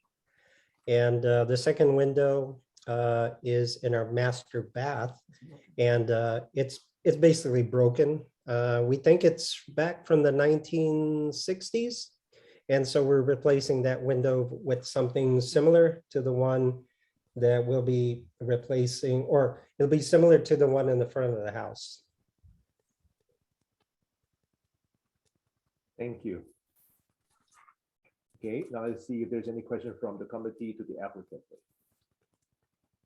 I'll ask a quick question if I may, Chair. Member Raymond Chang, please. Thank you. The question to the owner, have you actually seen the proposed window? Have you, because I'm not familiar with this particular window, and it's they call it a fiberglass window. How does that look and feel? Does it feel like the metal window you're talking about? And have you checked the color out? Does it match your existing color of the window? How's your personal feeling on that? Yeah. So the window vendor showed us a sample, and it's definitely similar in color. It's like a black, almost like a very, very dark gray window frame. And I would say from the street, you couldn't tell if that was fiberglass, plastic, metal. We have metal windows. They may be wrought iron, the original ones from 1928. But that was as close as they could get. And if I understand correctly, the window manufacturer might be on the approved supplier list. That's what I was told, but I'm not sure. Infinity, I think. Infinity windows by Marvin. So the manufacturer of your window that you're proposing is from Marvin? Yes, correct. Oh, I see. All right.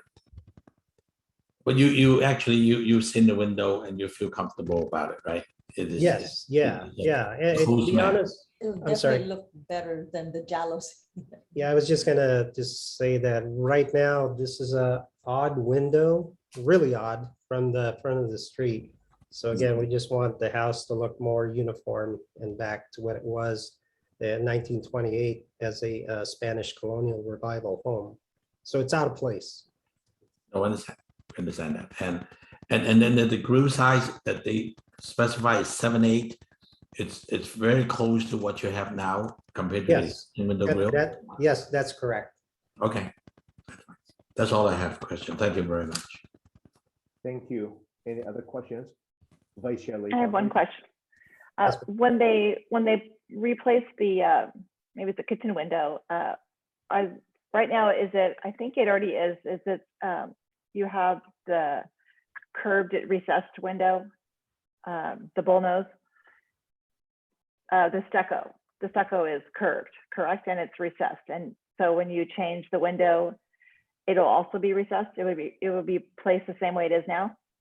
Yes, it's just a straight insert. That's correct. Yes, yeah. So the molding, everything on the outside is going to be Same. unchanged. Thank you. Any other questions from Committee Member McKay? Thank you. Has the vendor or somebody from the vendor, the manufacturer, come to the property? Somebody from the vendor, many times. Well, the one we're purchasing the window from has been to the property a number of times. That is correct. They've been on site to measure, and they have determined that there is no reframing that needs to happen. That's going to be a direct replacement. So I don't know if I'm answering your question or not. Well, that was my question. I just wanted to, probe a little bit if they considered the choices that you made to be the best choices given the property and what they're seeing and all of that. Yeah, And the color match and. Correct. Yeah, so they've worked in the neighborhood before, and they know how important it is to try to maintain some consistency and homogeneity with each of the homes. So that actually made us feel good, as opposed to going to a vendor that just wanted to sell us something. And the window on the side, that entire long, narrow window is in the master bath? Yes, that's correct. So the second window in the master bath is actually a portrait style window. So it's tall and narrow. So it's like maybe 5 feet tall by only about 2 or 2.5 feet wide. But that too also is a multi-pane window. And right now it's just inoperable, and it's actually kind of stuck open. So we're concerned about the energy loss through that window. It's a very unusual shaped window and being so long, 5 feet, as you said, and especially for a master bath. I just wanted to confirm I was understanding that correctly. The entirety of it is in the master bath. Yeah, that's correct. But in the front of the house, we actually have a dining room with French doors that open outwards. And those doors are 6 or 7 feet tall, but they're also multi-pane. So they're similar, if you will, from the street. So I think there is kind of some uniformity. So there are, what am I trying to say? There are tall, narrow windows, if you will, or doors around the house already. I saw that. It's quite unusual. Thank you. I have one more follow. I have one follow-up question. Okay. Sort of. Member Rick Chow, please. I think the applicant said something about it, but I didn't quite catch it completely. You said from the street, you can't really tell the material. So the new window, what exactly is the material? Actually, I don't know for sure, so I don't want to guess here. I think it's some kind of like a fiberglass, but I'm not 100% I think sure. there's metal inside. But there is like a metal slider inside, but I think on the outside it might be fiberglass. So I just don't know how it's like laid out as a composite. So the rest of the windows right now, besides these two we're discussing right here, the rest of them are all metal window frames. That's correct. Right? Yes. That Yeah, one's they're metal of the too, but period. But it's double pane, so it's thick. In this one, you're not sure. I like the project, don't get me wrong, but I am a little bit surprised that you said the manufacturer or the rep has been there a few times, but that would be kind of my first question is like, what's the material? We can answer that for you. I'm surprised that they didn't put it in the forms. It's in the form. It's in our report. I believe it says. Yeah. Because we're not in the business of windows. I apologize, but I would not know anything about materials. Yeah, I think it's fiberglass. Okay, so can someone tell me then? On page 2 of staff's report, it says Ultrex fiberglass. The Yes. proposed Fiberglass, replacement would be okay. a sliding window made of Ultrex fiberglass. And then on the master bath, it says the same. Proposed material will switch aluminum to Ultrex fiberglass. Okay. Am I reading that correctly? Is that correct? Yeah, I would like to address that if I could. Yeah, I think Mr. Calderon wanted to raise, maybe hopefully he can answer the question for us. Are you from the manufacturer of the window? Yes. Thank We're, you. we're the installation company. My name is Ross, and I'm also with Mr. Calderon. The material is on the approved list, or not the material, but the window. It's the ultimate replacement or insert. And this is the insert window that when Marvin developed it, used aluminum on the exterior. And as all people selling aluminum clad windows are finding problems, Marvin, about 10 years ago, came up with something better than aluminum, which was acrylic. So the exterior of the window has acrylic.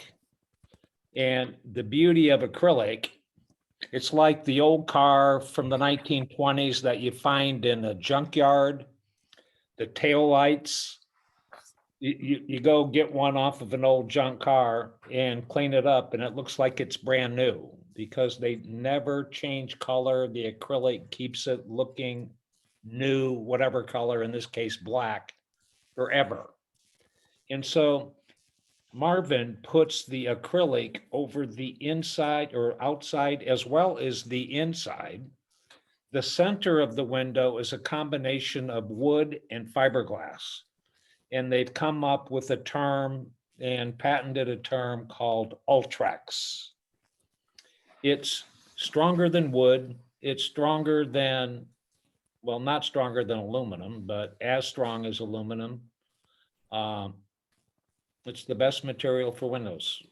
And so this is the window we've shown our customers. We've also brought it in 2 or 3 times into the San Marino desk to show people behind the counter. You know, this has been going on since last August.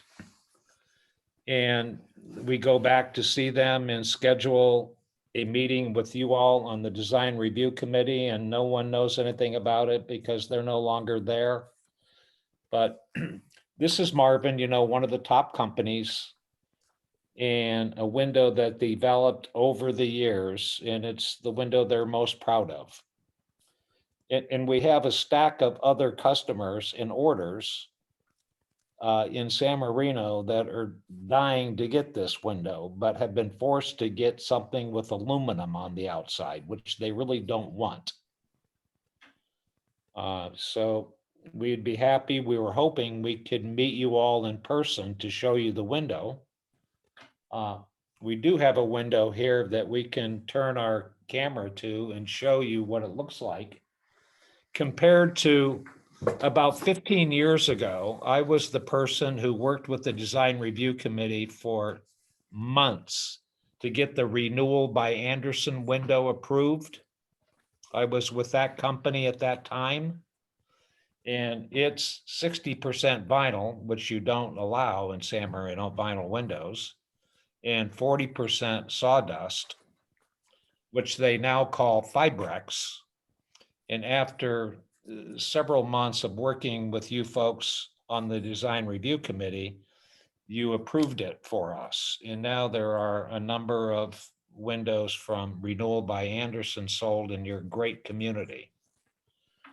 Not nearly as nice looking, not nearly as durable as the window we're talking about today, where the material is called Ultrex. May I ask you to turn the camera to the sample that you just mentioned and give it a try so we can visualize it? Thank you.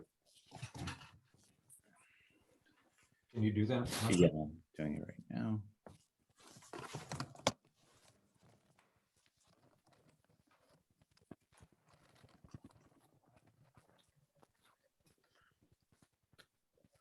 So if you can see this window, this is the Ultrex material. Can you see it? Yes, we can see it. Okay, the things I want to point out are the bottom sash parts. This is a double hung, a window that would go into Eleanor's bathroom. that slides up and down.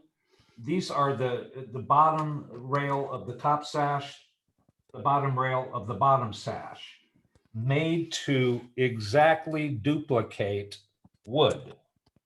Now, this is the renewal by Anderson window that you approved for me about 10 years ago, where the bottom rail and bottom rail of the top sash are way bigger, way bulkier, don't even look like wood windows. So the Ultrex material is really a superior product to the Anderson renewal product in how it looks like wood. So from the street at Eleanor's house, you all drive by and you'll say, "Woo, they put in beautiful new wood windows." Just as a matter of comparison, how does this proposed window series price against the Melvin aluminum clad series? Very similar in price, but they look different. The Marvin Ultimate, which is the first one on the list, also has larger sash parts, a little more like the Renewal by Anderson one. With neither of them look like wood windows as much as this one, but price-wise about the same. Proved the job for us in the last couple of weeks, just over the counter for the Marvin Ultimate. I find out where the people just desperately don't want it, but they want Marvin products. And what we're begging us for is find a way to get the people in San Marino to approve the Ultrex material. All right, we'll talk about other projects down the road, but let's come back and see if there's any other questions from the committee to the applicant. Vice Chair Lincoln. Good question. Can you tell me, you mentioned that there are problems with aluminum clad. Could you explain to me what you were meaning in that top and how your product you have compares? Well, absolutely, be happy to. First problem. Most of the companies on your list of approved aluminum clad products have been involved in class action lawsuits. And the reason for that is that moisture gets behind the aluminum and gets on the wood that's behind it and sits there over time. I mean, you can look them up online. And all of a sudden the window collapses and falls apart. That's one problem. The second problem, though, is even greater. So Eleanor and Ralph are going with a black window. In the aluminum clad, the day it goes in, it looks gorgeous. The color looks gorgeous. As time goes on, the air we have here in Southern California, if any sun hits it, or the other particles that are in the air here, a year from now, it doesn't even look that color. It goes from a nice ebony, is what this color is called, to a dark gray, to a medium gray, to a lighter gray. They fade. All of the dark colors fade, even white. You put in a white in aluminum clad today, and then bring a new piece of aluminum cladding out in a year and hold it up against the one that was installed a year ago, looks totally different. The aluminum, which they paint in the factory, needs to be repainted. But everything you say here, it can't be field painted. And with aluminum, it's a problem. With the Ultrex material, with acrylic on the outside, if the homeowners in question here decided and got permission from the design review committee to paint their windows green in 6 months because they're tired of the black look, the Ultrex material paints beautifully. Oh, you can paint it. You can paint it, but the problem is once you paint it, it becomes like wood. Someday you got to paint it again. You got to keep repainting when needed. The Ultrex material comes with a lifetime color warranty. Thank you. You're welcome. Is there any other questions for the applicant? A quick question, just for curiosity. Rick Chow? Yes, how's the supply right now, turnaround time from approval of a project and getting these windows? It's 10 to 14 weeks. 14 weeks? 10 to 14 weeks. 10 to 14, okay. Thanks. Thank The, you. just to add that 80% of the companies on your approved list are 6 to 7 months. So this is, other than plastic windows, this is the best available also, quality window. 10 weeks is fast in today's market. One more quick question, if I may. You said the color that comes with the window is ebony color. The color is warranty for the life of the window, and that's from the exterior. Does it come in the interior also? What is the interior? Do they paint them? Do they come in white? What color does it come in the interior? And any color you want. I mean, so our customer here is getting black on the inside also. But so they can order the color both in the exterior and interior.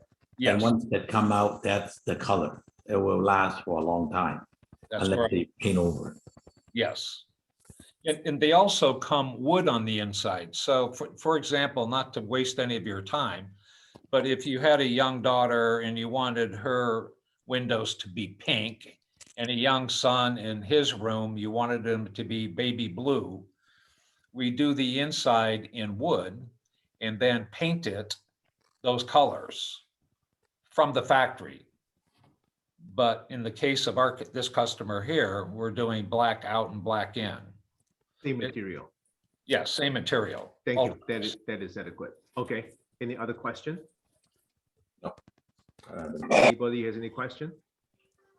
Thank you. Seeing none, I want to thank the applicant and the applicant's representative for presenting the case and addressing the questions from the committee. I next like to ask you if there's any public comments. Anybody sending any email or raise hands over the internet, please, staff? Any questions from the public? Just checking, sorry, the planning email inbox, I see none. I also see no raised hands and no comments in the chat. Thank you, staff.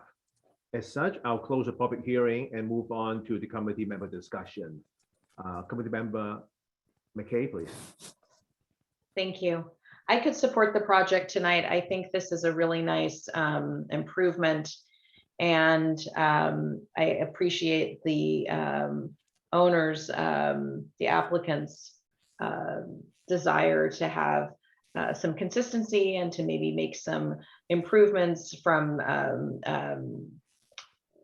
you know, unmatched windows from prior owners and from prior decades.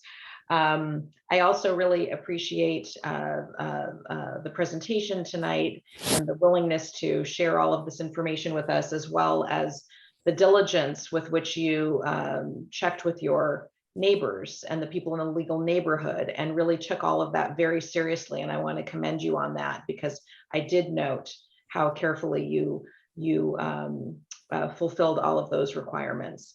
So I could support this tonight. Thank you. Thank you. Committee member Raymond Chang.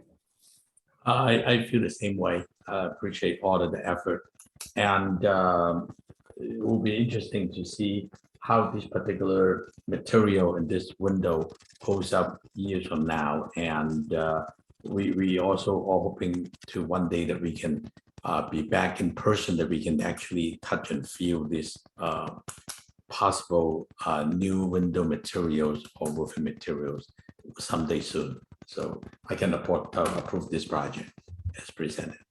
Thank you. Alternate member Rick Chow. Thank you. I can also support the project. I also like the project. I think it's a nice improvement to bring consistency and in material. Well, even that it's a different material, but the look the aesthetic. So I think it's a nice improvement. Same thing here. I think it is a good candidate for the future as well. Thank you. Thank you. Vice Chair Lee-Con. Yes, I agree as well. I can support the project as is presented tonight, and I actually look forward to seeing the window installed in the kitchen so we can see it. It's to the side enough where it doesn't impact the visual, aesthetics of the house, and I think that this would be a chance for us to see how it fits. But it's a really beautiful house, and I think it's a nice improvement. Thank you. Thank you. I want to echo all my, alternate member Tony Chow. Yeah, I won't add. I agree. I support the project. Thank you. I echo all my fellow colleagues' comment tonight, and that this is indeed a good improvement to make the property even more coherent and the effort put in. I also want to thank the applicant in making the installer team available and the team making the samples available. Always said a picture worth 1,000 words, and tonight is a good illustration. And by having another brand next to it, which is in the pre-approved list, really helped at least move me to have the leave of confidence that this exceptional material could be approved for tonight. So I can also support its approval. May I ask if there is any motion for the project? Yeah, I'll make a motion to approve design review case number DR 21-67. Anybody second? I'll second. Okay, Committee Member McKay second. Roll call, please. Writing on here to clarify that committee member McKay was the second. Yep, I saw that. Okay. And we're approving as submitted or approving with conditions? With the think as condition as in Submitted. the Submitted window. as is. Yeah. Thank you for the clarification. All right. Chair Wong, Yes. Vice Chair Lee-Con, Yes. Committee Member Chang, Yes. Committee Member McKay, Yes. and Committee Member Rick Chow. Yes. Motion carries 5-0. Vice Chair. Did I say Vice Chair? Sorry, my bad. Yep, thank you. Sorry. Thank you. All right, now we are moving to item number 4, design review case number DRC 22-01 at 1355 Pascualito Drive. Start report, please. A moment while I change case information here. Okay. And just a request for clarification. Generally, we have the alternates alternate during voting. For this coming one, would it be Tony Chow that would be voting, or are we continuing with Rick Chow? We'll move to Tony Chow. Okay, thank you for that clarification. Okay, so this is design review case number DR 22-01 at 1355 Pascualito Drive. The applicant proposes to install the composition fiberglass roofing material Certainty residential shake in the age part color on an existing approximately 1,855 square foot single story residence and detached garage on an approximately 14,521 square foot lot zoned R-1 in area district 7 or BII. The residence and garage currently has wood shake. The subject property does not meet the prerequisite of having composition shingle currently installed on the home in order to install the the proposed material by right, and is therefore subject to design review committee approval. The roofing materials color is not found on the city's pre-approved material color and applications list. The applicant attempted to obtain Cedar Light simulated wood shake, but the material is currently delayed over a year. And the applicant also is not, they're willing to take other colors from discussion with staff. There is no trees proposed as for removals proposed for this project. The project's not identified on any of our CY historic resource survey lists. Staff reviewed the application and is recommending, based on the information submitted to the record, that the committee determine that the project is exempt from CEQA pursuant to state CEQA guidelines with a class 1 categorical exemption, that the committee find that the proposed roofing material is compatible with the existing structure itself, and that the committee approve the project with the conditions stated for composition of fiberglass materials on the city's pre-approved roof materials, colors, and applications list. That concludes staff's presentation. I'll take questions at this time. Thank you, staff. Is there any question from the committee to staff, please? Seeing none, I'd like to invite the applicant or the applicant's representative to present the project. And she is on the line. I think she's trying to get herself unmuted. Cannot hear you. Yeah, coming along. Oh, with a big feedback, but otherwise, yes. You're gonna. Yeah. Yes. Yes. Thank you. I apologize. I don't know exactly where to start. I can present to you what we have gone through. We started in August of last year trying to get a re-roofing for our home started. I have to apologize. I'm getting double vocal. May I just suggest that it appears that you have called in twice, and that may be why we're hearing the echo. I see your name twice.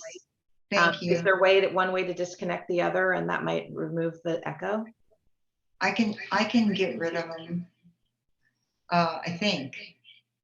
Let's see.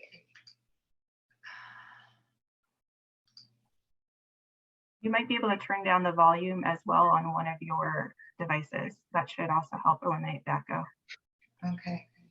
I think it's working now. I think she muted one of them. Try it now. Can you hear?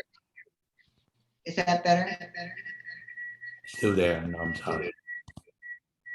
I think the other one has to be disconnected, but that's my experience. Are you still getting a double echo? Yes. Okay. I don't know how to get that one off, the other one off. Can staff disconnect that one? I can put it in the waiting room, I think. So I'm going to put one in the waiting room and let's see how that goes. Thank you. There we go. Okay. How are we doing now? Oh my gosh. I'm so sorry. I apologize. I just don't know my way around these new gizmos. At any rate, we thought we were being on top of it, and we started to get estimates to have our home re-roofed in August. And to our surprise, what we learned was that there is a list of materials approved by San Marino, which was fine. What we were not prepared for, of course, was the fact that the wood shake that we would be replacing came to estimates at $75,000 and above, which caused us to look at the next material that was pre-approved by the city. And that, of course, was the cedar light. After getting in and I will tell you, we probably entertained at least 7 different contractors, roofing contractors. They all gave us the same story. Cedar light was unavailable. And in August, they gave us a 6-month waiting period for cedar light, which what we said was, okay, let's see if what we can do with composition. And that's when we started looking at composition. January came rolling around and 6 months turned into add a year to it. Now, this is all complicated by the fact that there was a pandemic, and So that has something to do with it. And the main factory that provides Cedar Light had some damage of some sort, and every one of our contractors has given us the same explanation. It is just unavailable. They can't touch it. So what we did was we went from storm to storm. We tarped the top of our roof and decided to wait for a solution. And the city's been wonderful. They've been working with us, trying to figure out how we could get some protection on our roof. I'm going to try and give you the short version because I know it's late. Let me just kind of back up here a little bit. What we ended up doing was saying, okay, what is available? We can't entertain wood shake necessarily for several reasons. So we started looking at the pre-approved cedar, certainteed presidential fiberglass shake. That has been pre-approved by the city. And what we did, the reason why we looked at that was because it's immediately available. What we learned was that actually, because it is not wood shake, there are a few benefits to it that are probably more in favor, we're more in favor of. And some of those reasons I'm just going to stipulate for you. I would think that maybe that you have already familiarized yourself with our case and saw that there were a variety of reasons why we started leaning towards the composition over wood shake. So now Cedar Light, the tile shake, is out of the question because it's just totally unavailable. So if I gave you the reasons why we're leaning towards composition, it has to do, number one, with the water drought. And in the last 10 years, there's been an unbelievable amount of fires. And composition has the highest fire resistant rating that there is. And it made more sense for us to say, there was a time, we've already put 2 wood shake roofs on this home in the years that we've lived here. We've lived here 52 years. And there was a time that wood shake made sense, but it just makes no sense any longer because of the amount of fires that are going on in the last 10 years and because of the water drought. Composition is made of fiberglass, whereas the cost of wood is over double the price. So that's another reason why we're leaning towards composition. Composition meets all the Class A fire and earthquake regulations in California and with the city of San Marino's codes. It meets all of the wind resistant regulations in compliance with California as well as San Marino City Code. Number 5 for us was the composition we requested is compatible with our home design. And our neighborhood replicates wood shake and is far more durable to walk on than wood shake.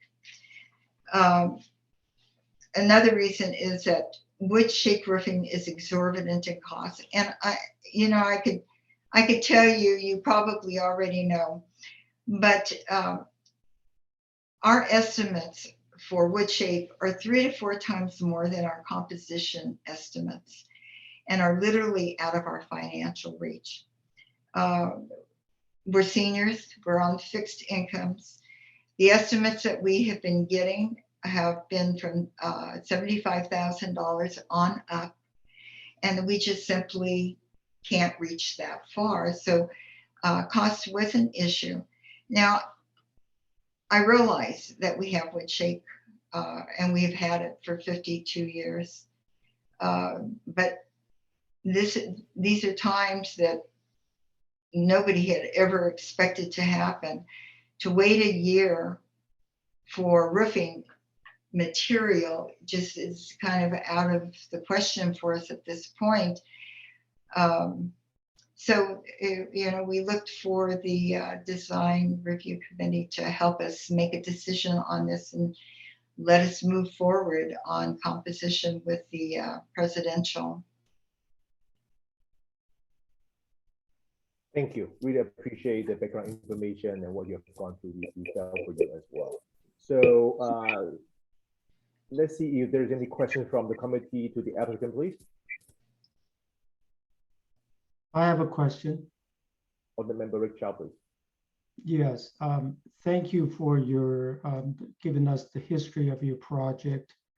And a quick question, the current line you're proposing, did you get a quote for the TL line, presidential TL?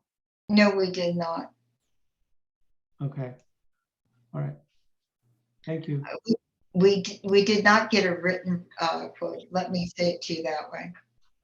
Oh, I was just wondering if you know the cost between the presidential and presidential TL. I cannot give you the difference in cost. No, I don't have that. Okay.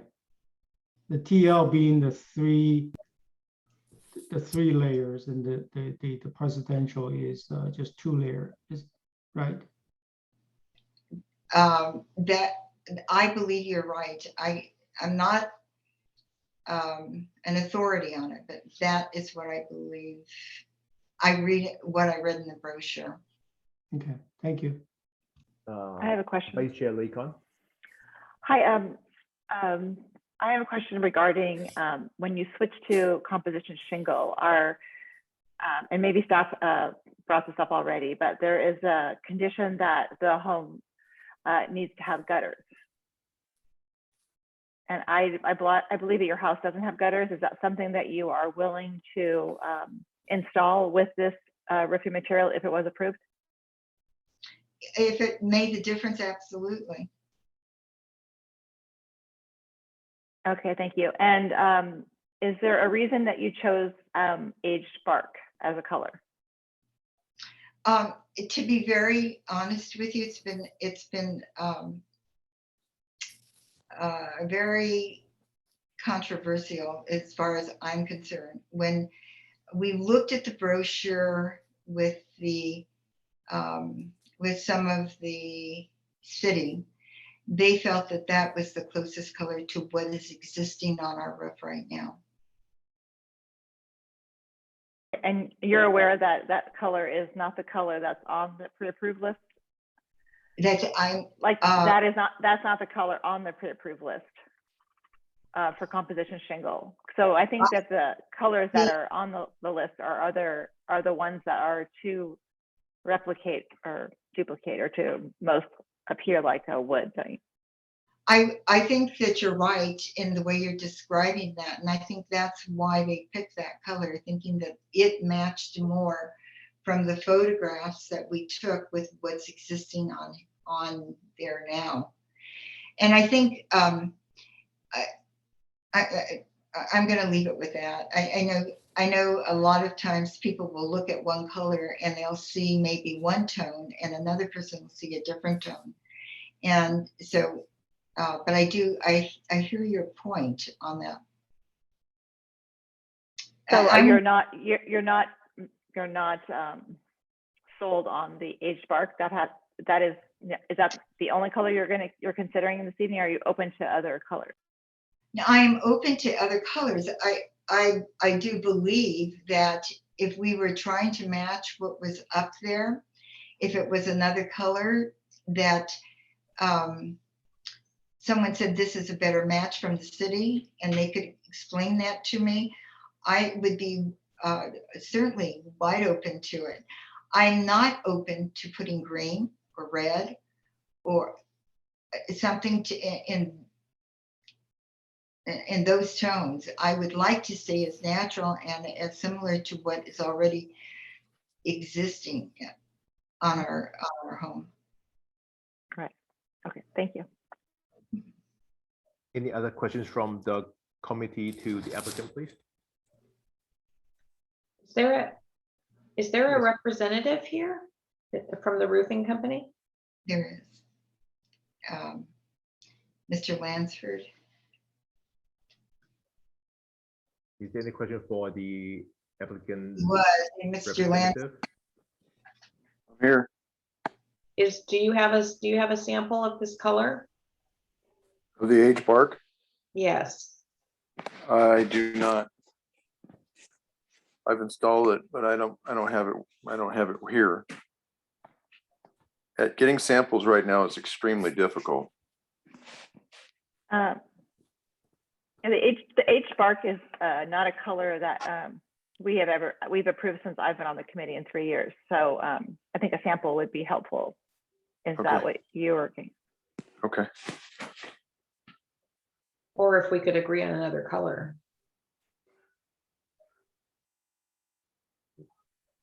Yeah, the city only allows one color currently. And the color is country gray. Yeah, and that's what we've installed on the other roofs, country gray.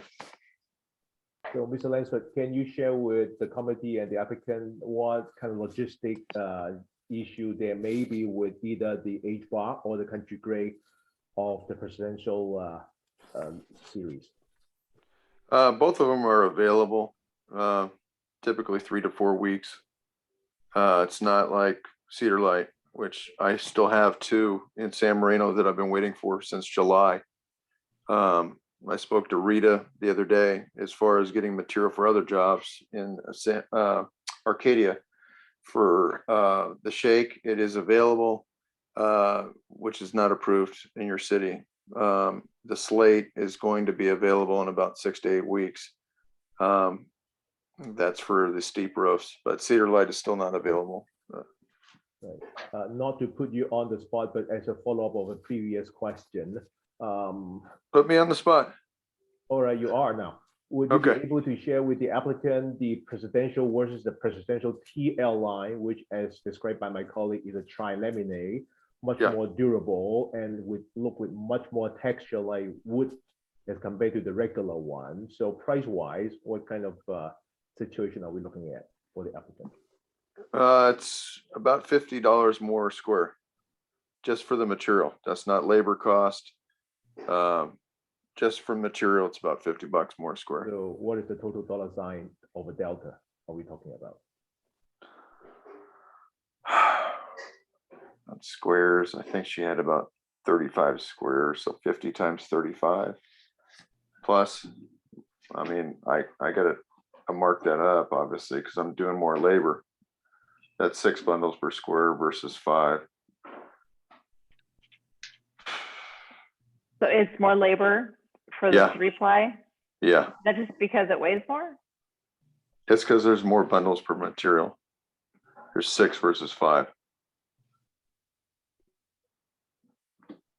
So back of your envelope, $3,000. I'd say around there. I don't want to say exact. I need to get a price quote for that before I state that on record. They are increasing prices every day, especially with the petroleum prices going up right now. Just for example, last week I got mastic at ABC Supply for $64. Today it was $72. So everything's going up, and they typically give you at least a week price increases. My supplier does down in Monrovia, ABC Supply, where I get it from. Right now, the prices are just going up. They're not even telling you. So I'd have to give you, I'd have to call tomorrow and find out. I didn't price this out for TL. Understand. Thank you. Any other questions for the applicant? Seeing none, I want to thank the applicant and the applicant's representative and let it open the public comment session. Do we have any comments from the public over the internet or through a raise your hand logo? None through raised hands.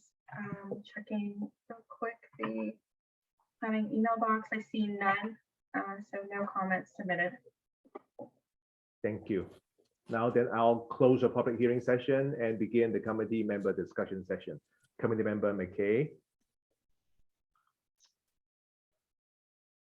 I'm very sympathetic to all of the issues that the applicant has set forth tonight, and the particular issues that are being presented by this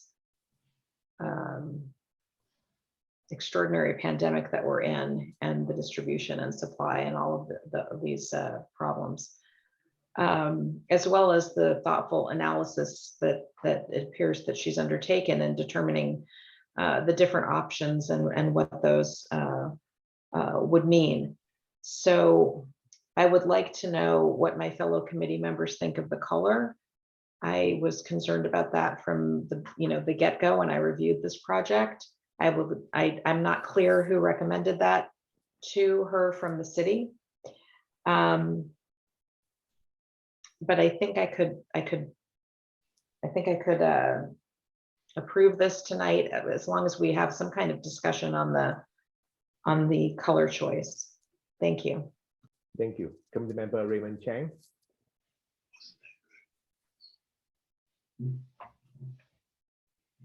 Sorry, I was on mute. No, I have the same feeling, sympathetic to the property owner trying to even get the roof replaced and covered. It is a tough time right now. So I can approve the way it is now. If the owner want to consider that possibility of having the 3-ply material as an option, I'll leave it as an option to her to look at. I would also on the color, I don't know what's available. I don't know what are the choices we have. If you can allow that to maybe have the applicant work with the city staff to come up with another choice and come up with a better color, it's fine. But I can support the project the way it is tonight. I think you're on mute now. Thank you. Alternate member Tony Chow. Yeah, I think that's great. Committee member Chang brought that up. I agree on the material. The circumstance is really tough. I'm not too sure without seeing H bark or the other colors besides what we're familiar with, the country gray and shadow gray. So I think that's a great suggestion. Maybe I could support it and see if staff can work with them on this. Thank you. Alternate member Rick Chow. Thank you, Chair. Well, this is a little bit different than how we have been approaching this particular line because we have had many cases of presidential line coming before us. And we've always consistently, as far as I can remember, make recommendation, if not condition, to ask the applicant to go with the presidential TL. Correct me, anybody, if I my recollection is incorrect. So, Member Chat, I believe yes. that we've never gone with the presidential. We've always conditioned it a TL in Right. the 3 years that I've found. Yes, you're Okay. So, and I understand the supply issue here. So I'm struggling a little bit here, thinking, well, do we really just look at this as a case by case situation? So that's the first. The second is the color. Same thing here. We've never approved we've always approved country gray, not H bark. So I'm leaning toward at least holding on to that. We just gotta be more consistent. I mean, that's if not anything else, I think we're kind of obligated to do that. So So on the color, I would vote for country gray, and for the TL versus just non-TL, I'm kind of 50-50 here, but I can certainly go with also having the applicant looking at the presidential TL line. That's my comment. Thank you. Thank you. Vice Chair Lee-Con. Yes, I would like to echo what Committee Member Rick Chow stated, and I think that we really need to be consistent. And I could support the project with the condition that it was a presidential TL, and in the country gray, or I believe the autumn blend color was the other color, and the country gray. I mean the country gray, the autumn blend, and even the we've approved shadow gray. And with the condition that the gutters are installed to finish off the edges of the house, which would more replicate the wood shake look that the house is most compatible with. And this particular house, I think, and in the neighborhood, the wood shake is really the most compatible. And I understand the applicant's desire to switch from wood. I know that a lot of the manufacturers or the roofer installers have high prices for installing this material, and that I mean, I do know people that had their roofs bid out, and they have found some people to do it at a wide range of prices. So if you're really set on a wood roof to replace this, I think you would warrant to keep looking. But I think that the next best, I think this could be okay. But it would, like I said, it would need to be the presidential TL. It's thicker and it's going to look more like the wood shake. And your roof pitch isn't very high, and I think that the thinner 2-ply is going to look a little bit too flat. And then, like I said, finish it off with the gutters. And then to go to one of those 2 colors, because like we all have said, we haven't approved aged bark before, and we really need to be consistent. I also think that the aged bark is not compatible with the neighborhood, and I think it's okay with the house possibly, but I don't really think it's compatible with the neighborhood. So thank you very much, and thank you. Thank you all. That's all. Thank you. I think our view has been really well shared among the committee, and the consistency is important, because otherwise it is going to deviate from the previous discussions that we have had. And obviously, the earlier the project can get started is good. So I'm in favor of going ahead, but I also see the need of the TL, because that really would give the wood shake texture really closest to what a wood shake would do. And that is my recommendation for that. And color-wise, I also like to stay with the country gray, but I also like to, this is the discussion session. Anybody has any opinion, would be welcome to bring it up. Committee Member McKay. Yes, I just want to raise the issue that, and I was the first to speak, and I said I wanted to have discussion on the color issue. The applicant specifically stated, I heard it, you know, that somebody at the city told her to go with aged bark. So I think we need to clear that up. I think we have a consensus, unanimous view among the committee that that's not a good choice, and that we don't feel comfortable with it, and we haven't recommended it, we haven't approved it. So am I understanding correctly that the applicant was pointed in the direction of aged bark by the city? Good point. Is anybody from the staff who is willing to share? Is it from the previous discussion and whatnot? Because I heard that the applicant is also open to any color that may deem appropriate. So hi, Alicia here. I had the discussion with the applicant, not familiar with what the city's preferences are for colors, but recognizing that we were picking something that wasn't approved. It was on the pre-approved list in terms of she's not a house that currently has composition shingle on it. We had a discussion about weighing it, but she also indicated that she did not have a color preference. So we put something down that we thought looked similar to what she had, knowing that one of the conditions is that it matches the current building. This is an error in terms of not necessarily having experience with the commission and knowing what's been approved and what's not been approved, but also the intention was to bring this up for discussion so that we could get a color recommendation from the committee, not knowing that that wouldn't necessarily be the color at the end, that there was a possibility that we'd end up with another color. I would just say that I think that we need to have that clarity on the record tonight so that we don't have this issue again, because the applicant was going with what she understood the city was recommending. And it's created a lot of discussion tonight that was probably unnecessary. And I don't want it, for the record, that the applicant was insisting or even stating a preference for a color that the committee has unanimous and understandable hesitation in approving.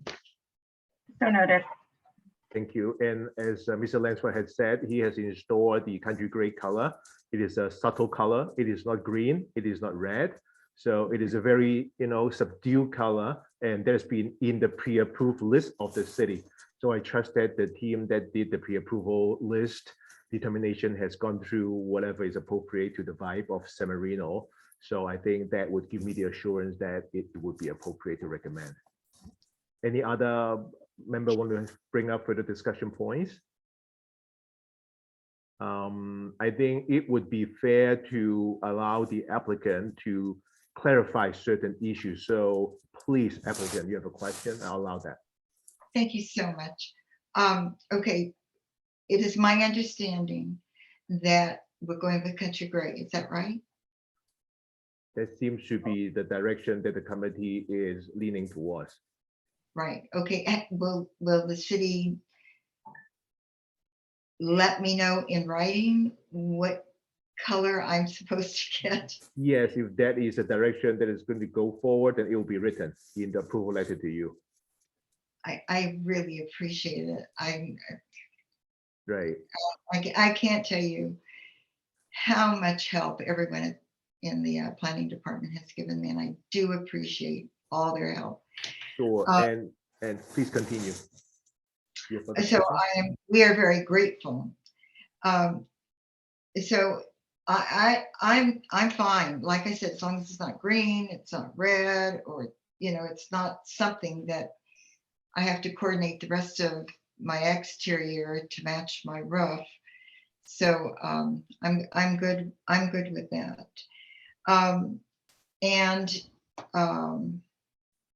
I think that's basically it. I think, as long as we can kind of move forward before the next storm comes, because I'm walk with my head up these days, looking straight up, looking for more leaks. And so what seems to be an affordable material may end up costing us thousands of interior damage. So we really want to move forward on this. Understand.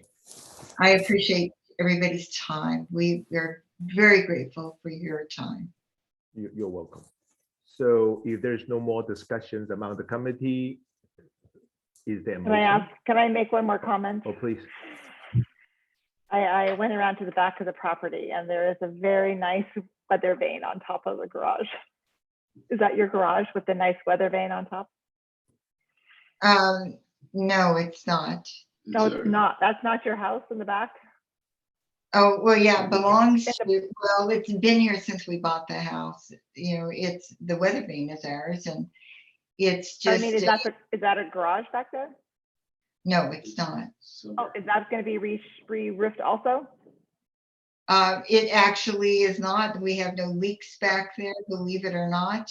Oh. And so we looked at the option of saying, okay, we can save some money by not doing that part of the house. Is that a problem?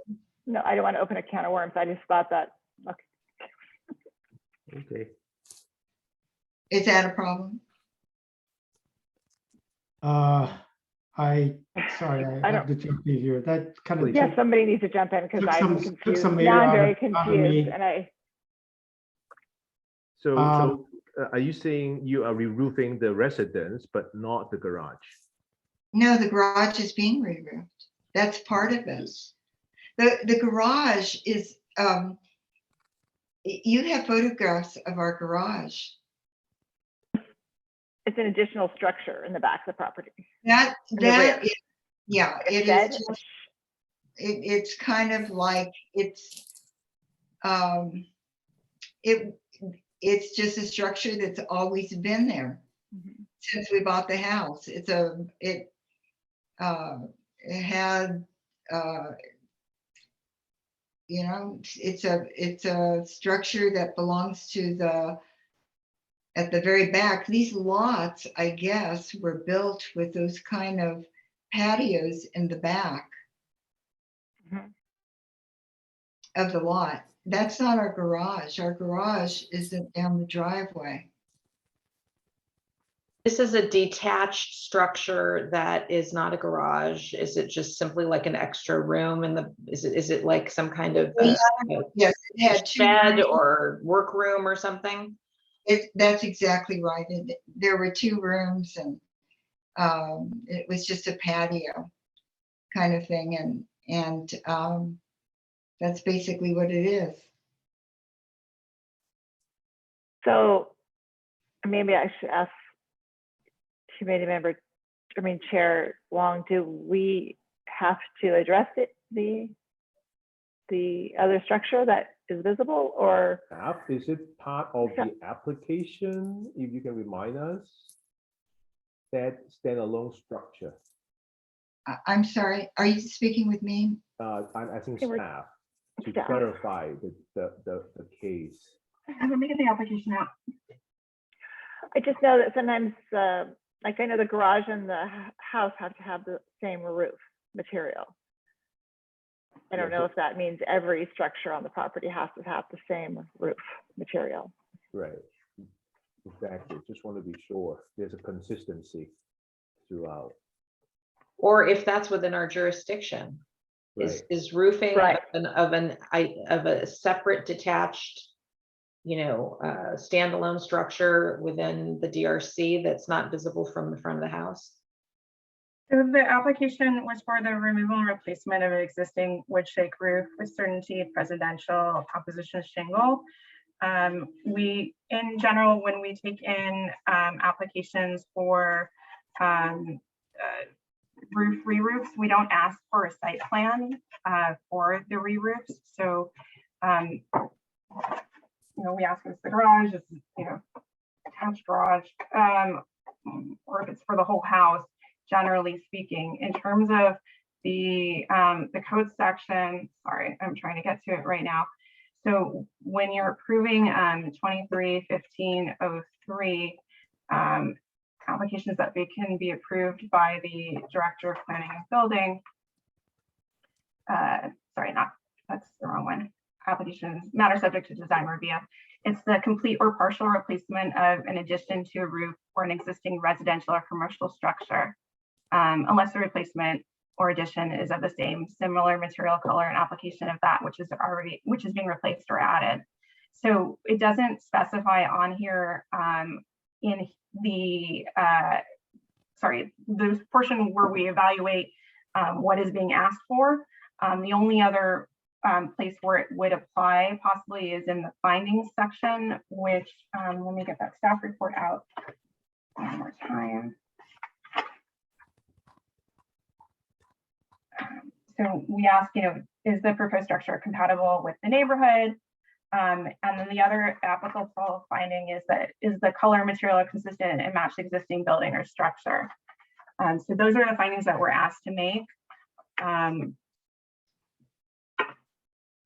I don't know if from experience if we've had homes that when we have something that's, let's say, a covered patio, but this isn't even that case, this is a secondary structure, it sounds like, on the site.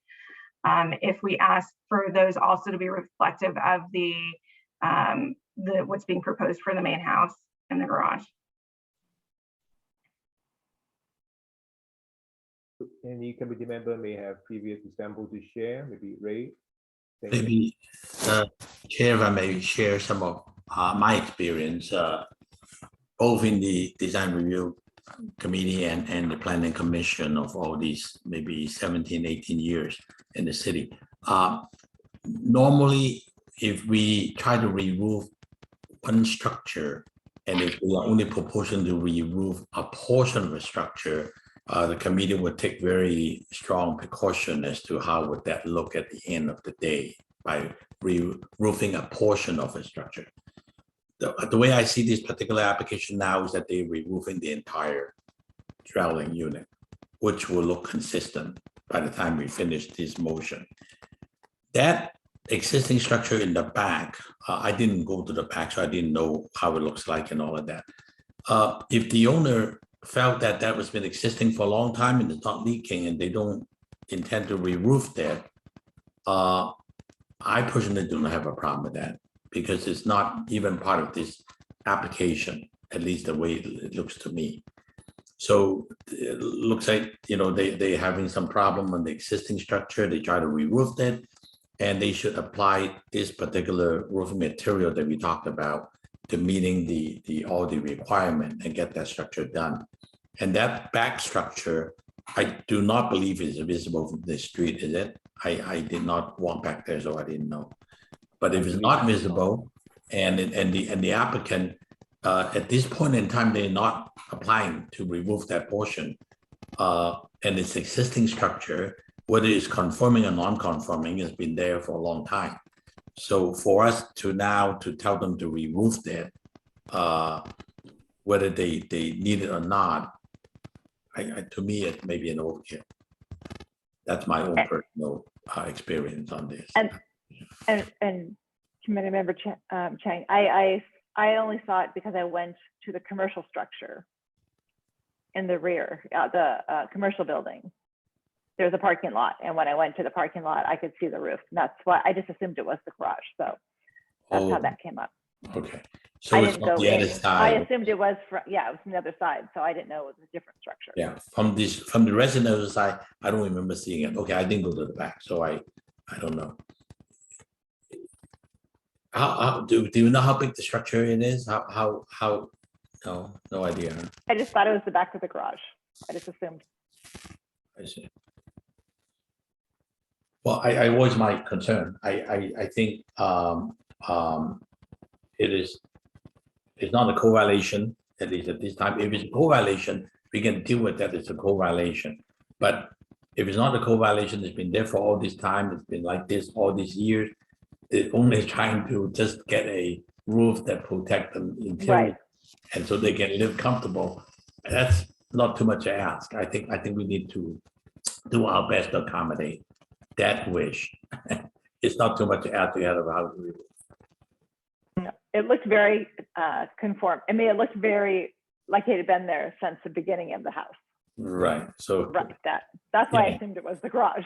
They bought something and it's been there and it's not leaking and they don't plan on re-roofing it. I would say leave them alone and just let's do the right job in the front house. I agree. Let's focus on the good. I agree. The project that's been teed up to us. So is there a motion? Let me give it a shot then.